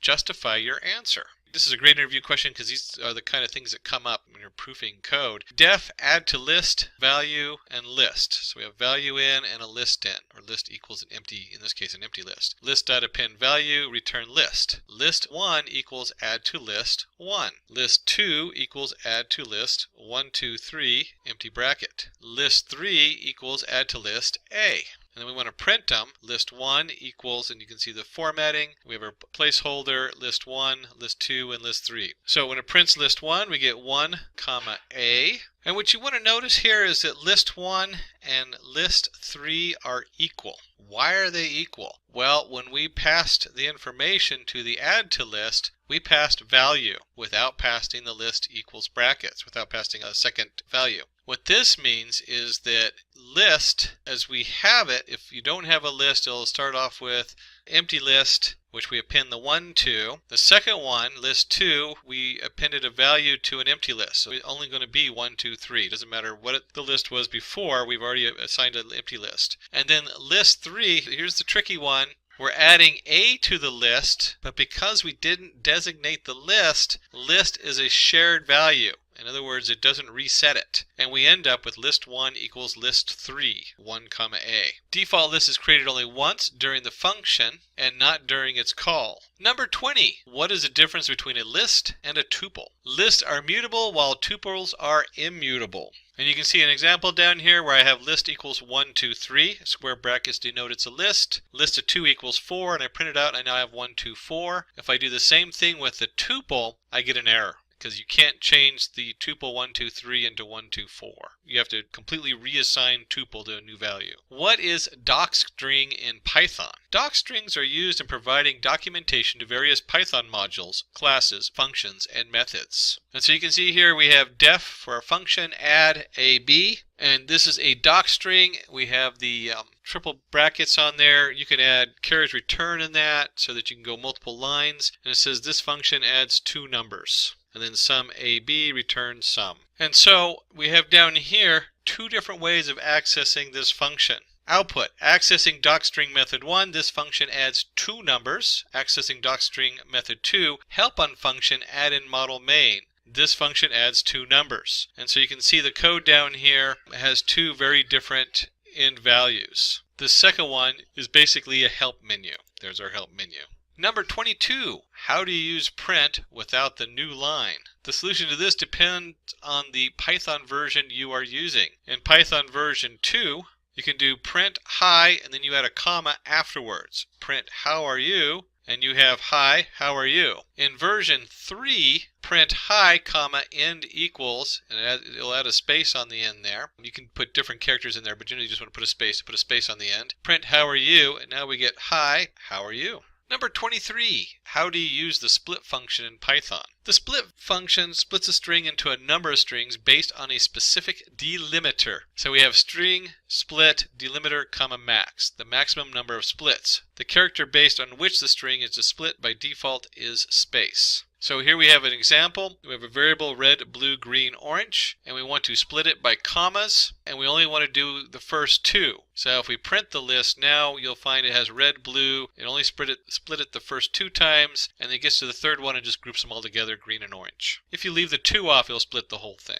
Number 24, is Python object-oriented or functional programming? Python follows object-oriented paradigm, and you should really know in depth what they mean by object-oriented paradigm if you're doing any interview for scripting languages. Python allows the creation of objects and its manipulation through specific methods. It supports most of the features of OOPS, which has inheritance on a polymorphism. So you have an object and you can inherit all the traits of that object and then add new traits in or alter some of those traits. That's what object-oriented means. Python follows functional programming paradigm. Functions may be used as first class object. Python supports lambda functions, which are characteristic of functional paradigm. So you can set a variable to a function as opposed to setting it to an object. Number 25. Write a function prototype that takes variable number of arguments. Here we have def function name list. So we could have, in this case, whatever the list is, def function. The asterisk denotes that we're going to take multiple arguments of a variable, and then we can do for I in var, print I.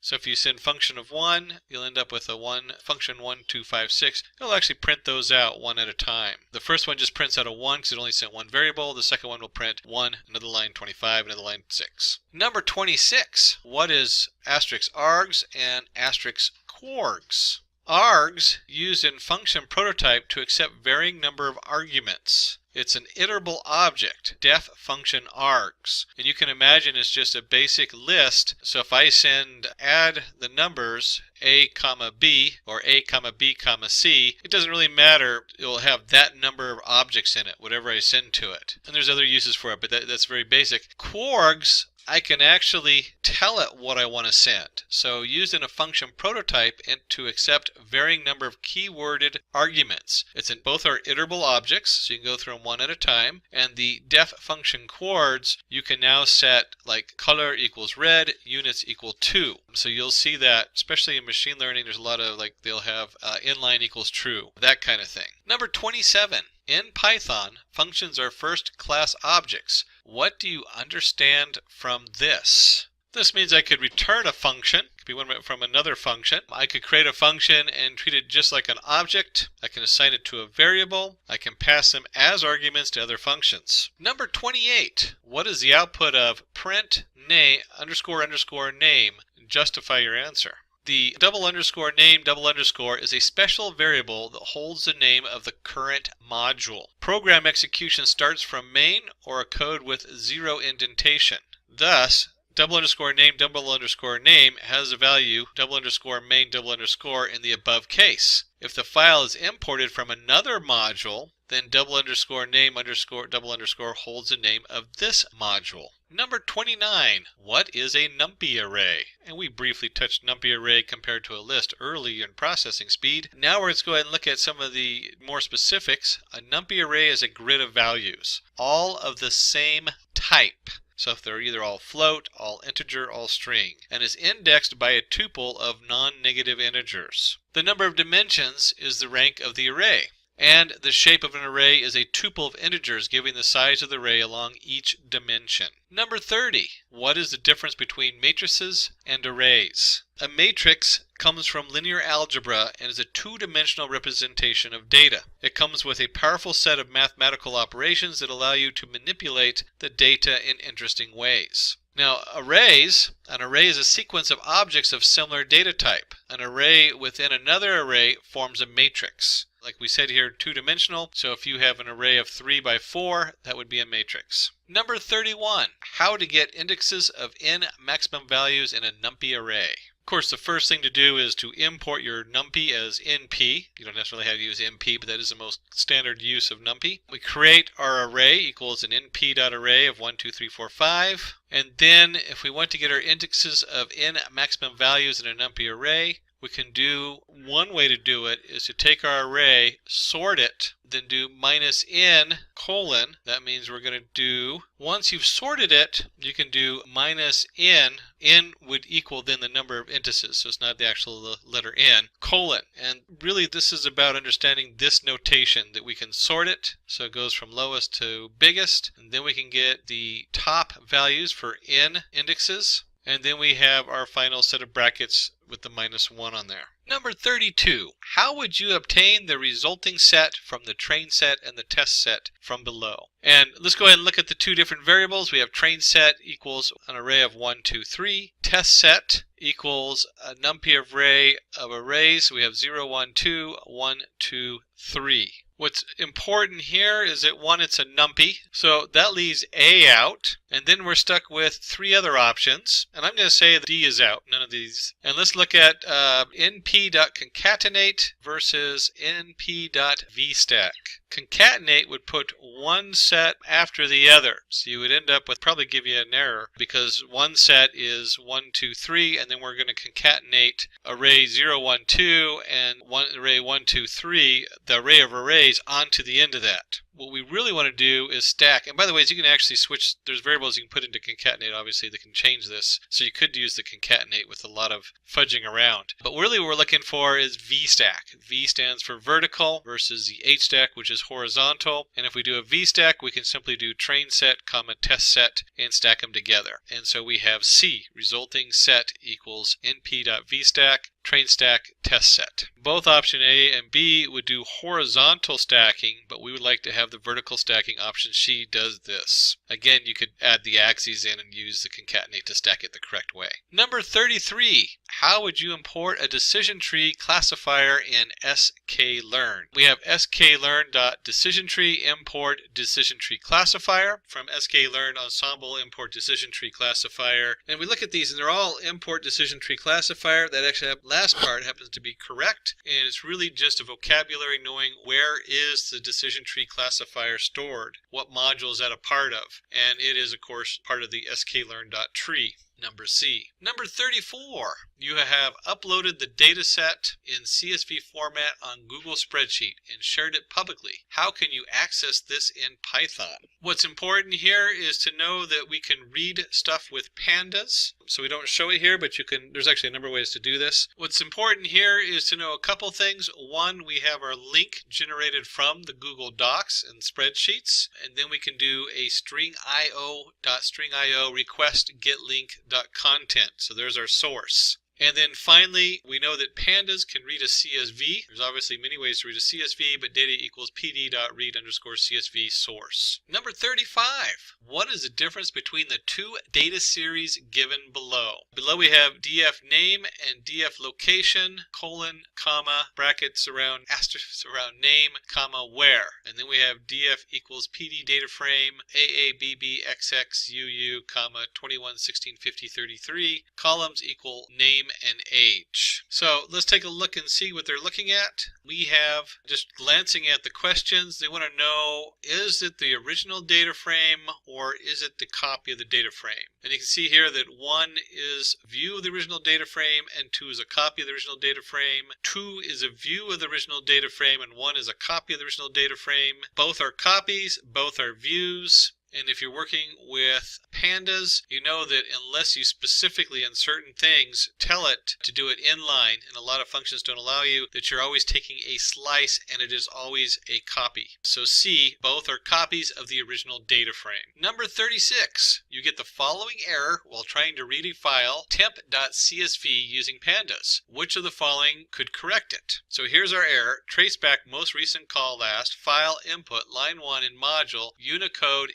encode error. ASCII codecs can't encode character. Ooh, I hate it when that one comes up. And we have 4 different entries. We'll go ahead and just pretend that D doesn't exist unless we really can't fit it into one of the other answers. And the first one is PD read CSV has our file compression equals gzip. Well, gzip is just an unzipping and you actually get a zip error on there. The second one is dialect equals string. Again, not an encoding or coding setup. And then we have encoding equals UTF-8. Well, that would be the encoding error, switching it from the character code. There's UTF-8, there is Unicode. That's the most common two that it goes between. So really this is about understanding the difference between a UTF-8 coding and a Unicode and the error that comes up quite regularly with that. Number C, encoding should be UTF-8. Number 37, how to set a line width in a plot given below. So looking at this, we have import matplot library, pyplot as PLT, and you should know your way around this, how to do a plot in there. PLT.plot 1, 2, 3, 4, plot equals show. And so this is a little bit of a vocabulary test. The vocabulary is at width equals 3, line width equals 3, LW equals 3, or something else. And the vocabulary word that we're looking for is LW equals 3, which stands for line width in pyplot library, pyplot. Number 38.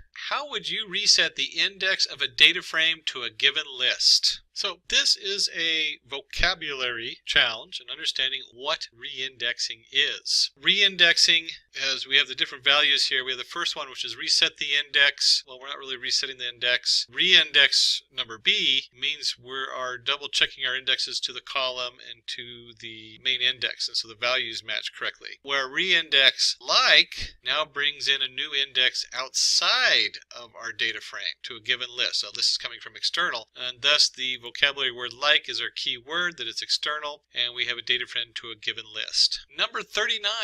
How can you copy objects in Python? The functions used to copy objects in Python, we have copy for shallow copying and copy deep copying for deep copy. Number 40, what is the difference between range and xrange functions in Python? Well, this is a good one. We have matrices and arrays. With a matrix, the range returns a Python list object. Xrange returns an xrange object. And with arrays, an xrange returns an xrange object. Xrange creates values as you need them through yielding. The key here is that xrange returns the values as you need them. So it actually processes it post, like if you have for x or for a variable in xrange, it is processing them as you need them, 0 to 9. It doesn't create an array 0 to 9, it just hands you 0, then 1, 2, 3, 4, 1 at a time. Number 41, how can you check whether a pandas data frame is empty or not? The attribute df.empty is used to check whether a pandas data frame is empty or not. And so you can simply create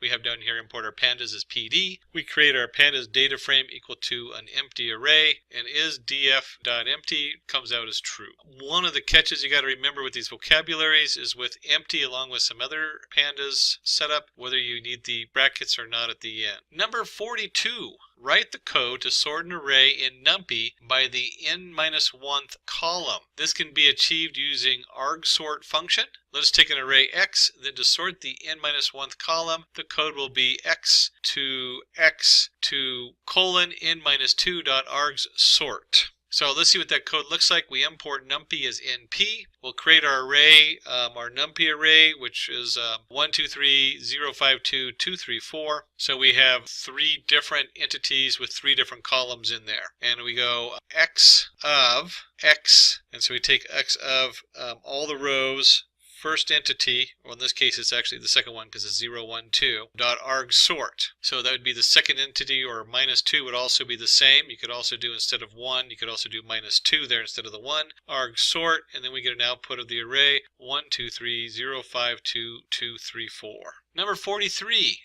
how to create a series from a list, numpy array, and dictionary. So we'll go ahead and import our numpy, our pandas, and have my list. And you can see here we have my list equals list of A, B, C, D, E, F, G all the way through. So my list now makes a list of that. For array, we have np.arange to 26. My dictionary will create a dictionary with zip my list, my arguments. So I'll just use the numpy array we just created with my array to go into the dictionary. And the solution is simple with the pd.series my list, pd.series my array, pd.series my dictionary. So it's all about knowing the dot, capital S-E-R-I-E-S. Don't forget that capitalization. Number 44. How to get the items not common to both Series A and Series B. And you can see here we have, instead of Series A and B, we have Series 1 and 2, and we have 1, 2, 3, 4, 5, 4, 5, 6, 7, 8. The solution is we take a panda series, we have a series U equals a panda series, NP union 1 dimension, Series 1, Series 2. So we can now make a union of them. We now have Series 1 panda series with an intersection, and then we can remove one from the other. Series U is Series U dot is in Series 1. So if the union is not in the intersection, then you know it's a unique value. A little bit of logic going on there and playing with 3 different terms to get the answer we want. 45. How to keep only the top 2 most frequent values as it is and replace everything else as other in a series. So again, we're working with pandas, because if you're talking series and data frames, that means we're working with pandas. So we're going to import pandas as PD. We'll go ahead and create our panda series. We're going to do that by creating a numpy random state 100, so 100 in the numpy one. And then we have our panda series. You can see here we're random integer, numpy random.random integer 1, 5 by 12. And so the solution for this is we go ahead and we've created a PD dot, remember the capital S series solution. We're going to print the top 2 frequencies, and that is our series dot value counts. And then we take series values count dot index of up to 2. So we're going to take everything up to 2. And then we'll do the series is in. So if it's not in the first 2, then it's going to equal other. And this would be something you'd want to write down on paper. If it looks confusing, take a moment, pause the video, write this down, and see if you can figure out how the logic came together and try to throw yourself a couple other little logic puzzles like this. Number 46, how to find the positions of numbers that are multiples of 3 from a series. And in here we're actually going to use a Numpy to solve it. The first part, series, lets you know it's going to be a panda series. And if we come down here, we have np.argwhere, so this is a vocabulary question. Series with, remember the percentile 3 is a remainder, so if the remainder equals 0, then we're going to generate that string where the object divided by 3 equals 0 has no remainder, so that we know it's a multiple of 3. Number 47, how to compute the Euclidean distance between two series. And this one's really cool because we have our panda series, P and Q. And what I like about this one is they give us two solutions you can go with. And really you should kind of know both. The first one would be, yes, you know what the Euclidean distance is. And that is we can take the first series minus the second series squared. And then sum them up, and then we do the square root, which is the same as taking the power to 0.5. Doing the power to 0.5 is easier than doing the square root. So a lot of times you'll see that as a switch, but you could have also done the square root and used the math in there. So there's solution 1, you should know your Euclidean distance. And then solution 2 is the Numpy solution. So we have np.linalg.norm. That's how we're going to compute our Euclidean distance. P minus Q. Very elegant and very straightforward and easy to compute. Number 48, how to reverse the rows of data frame. So here we have our data frame. We're going to create a Numpy array by 25, reshape it 5 minus 1. And this creates a 25 by 25 data frame. And so our solution is to do the df location. And this is just understanding how steps work. The steps, you have your colon, colon, minus 1. So we're taking all the rows, all the columns, minus 1. So our stepping minus 1 going the reverse direction. And then we're just going to use across all the different columns on there. Let me say that again. The first colon is going to be your row, starting row, stopping row, step minus 1. That's all this is about, is that step minus 1, comma, and then all the columns. 49. If you split your data into train test splits, is it possible to overfit your model? And the answer is yes, is definitely possible. One common beginner mistake is retuning a model or training new models with different parameters after seeing its performance on the test set. My favorite example of this is you have your script put together and you keep hitting the rerun button until you get the answer you want, not taking the answer it first gave you, or running it over an array and recording all the answers to see how they vary. Number 50, which Python library is built on top of Matplot library and pandas to ease data plotting? The answer to this is Seaborn. Seaborn is a data visualization library in Python that provides a high-level interface for drawing statistical information or informative graphs. We've covered 50 different questions that might come up on an interview. Hopefully you've taken the time to note the vocabulary where you're sticking and not having problems. You might have to go back and relook up VStack versus HStack versus concatenate, and also review the axes on those. Little things like that. Also, we address some logics. How do you formulate those different polls from a pandas data frame so that you're looking at the right data with the -1 step, or in the NP array how we did brackets and really fiddled with it. I want to thank you for visiting us today and joining us for today's Python questions for interviews. Again, my name is Richard Kirshner with the Simplilearn team. For more information, visit www.simplilearn.com, or feel free to leave a comment down below and we will be monitoring that. Again, thank you for visiting and happy learning. Hi there, if you like this video, subscribe to the Simplilearn YouTube channel and click here to watch similar videos. To nerd up and get certified, click here.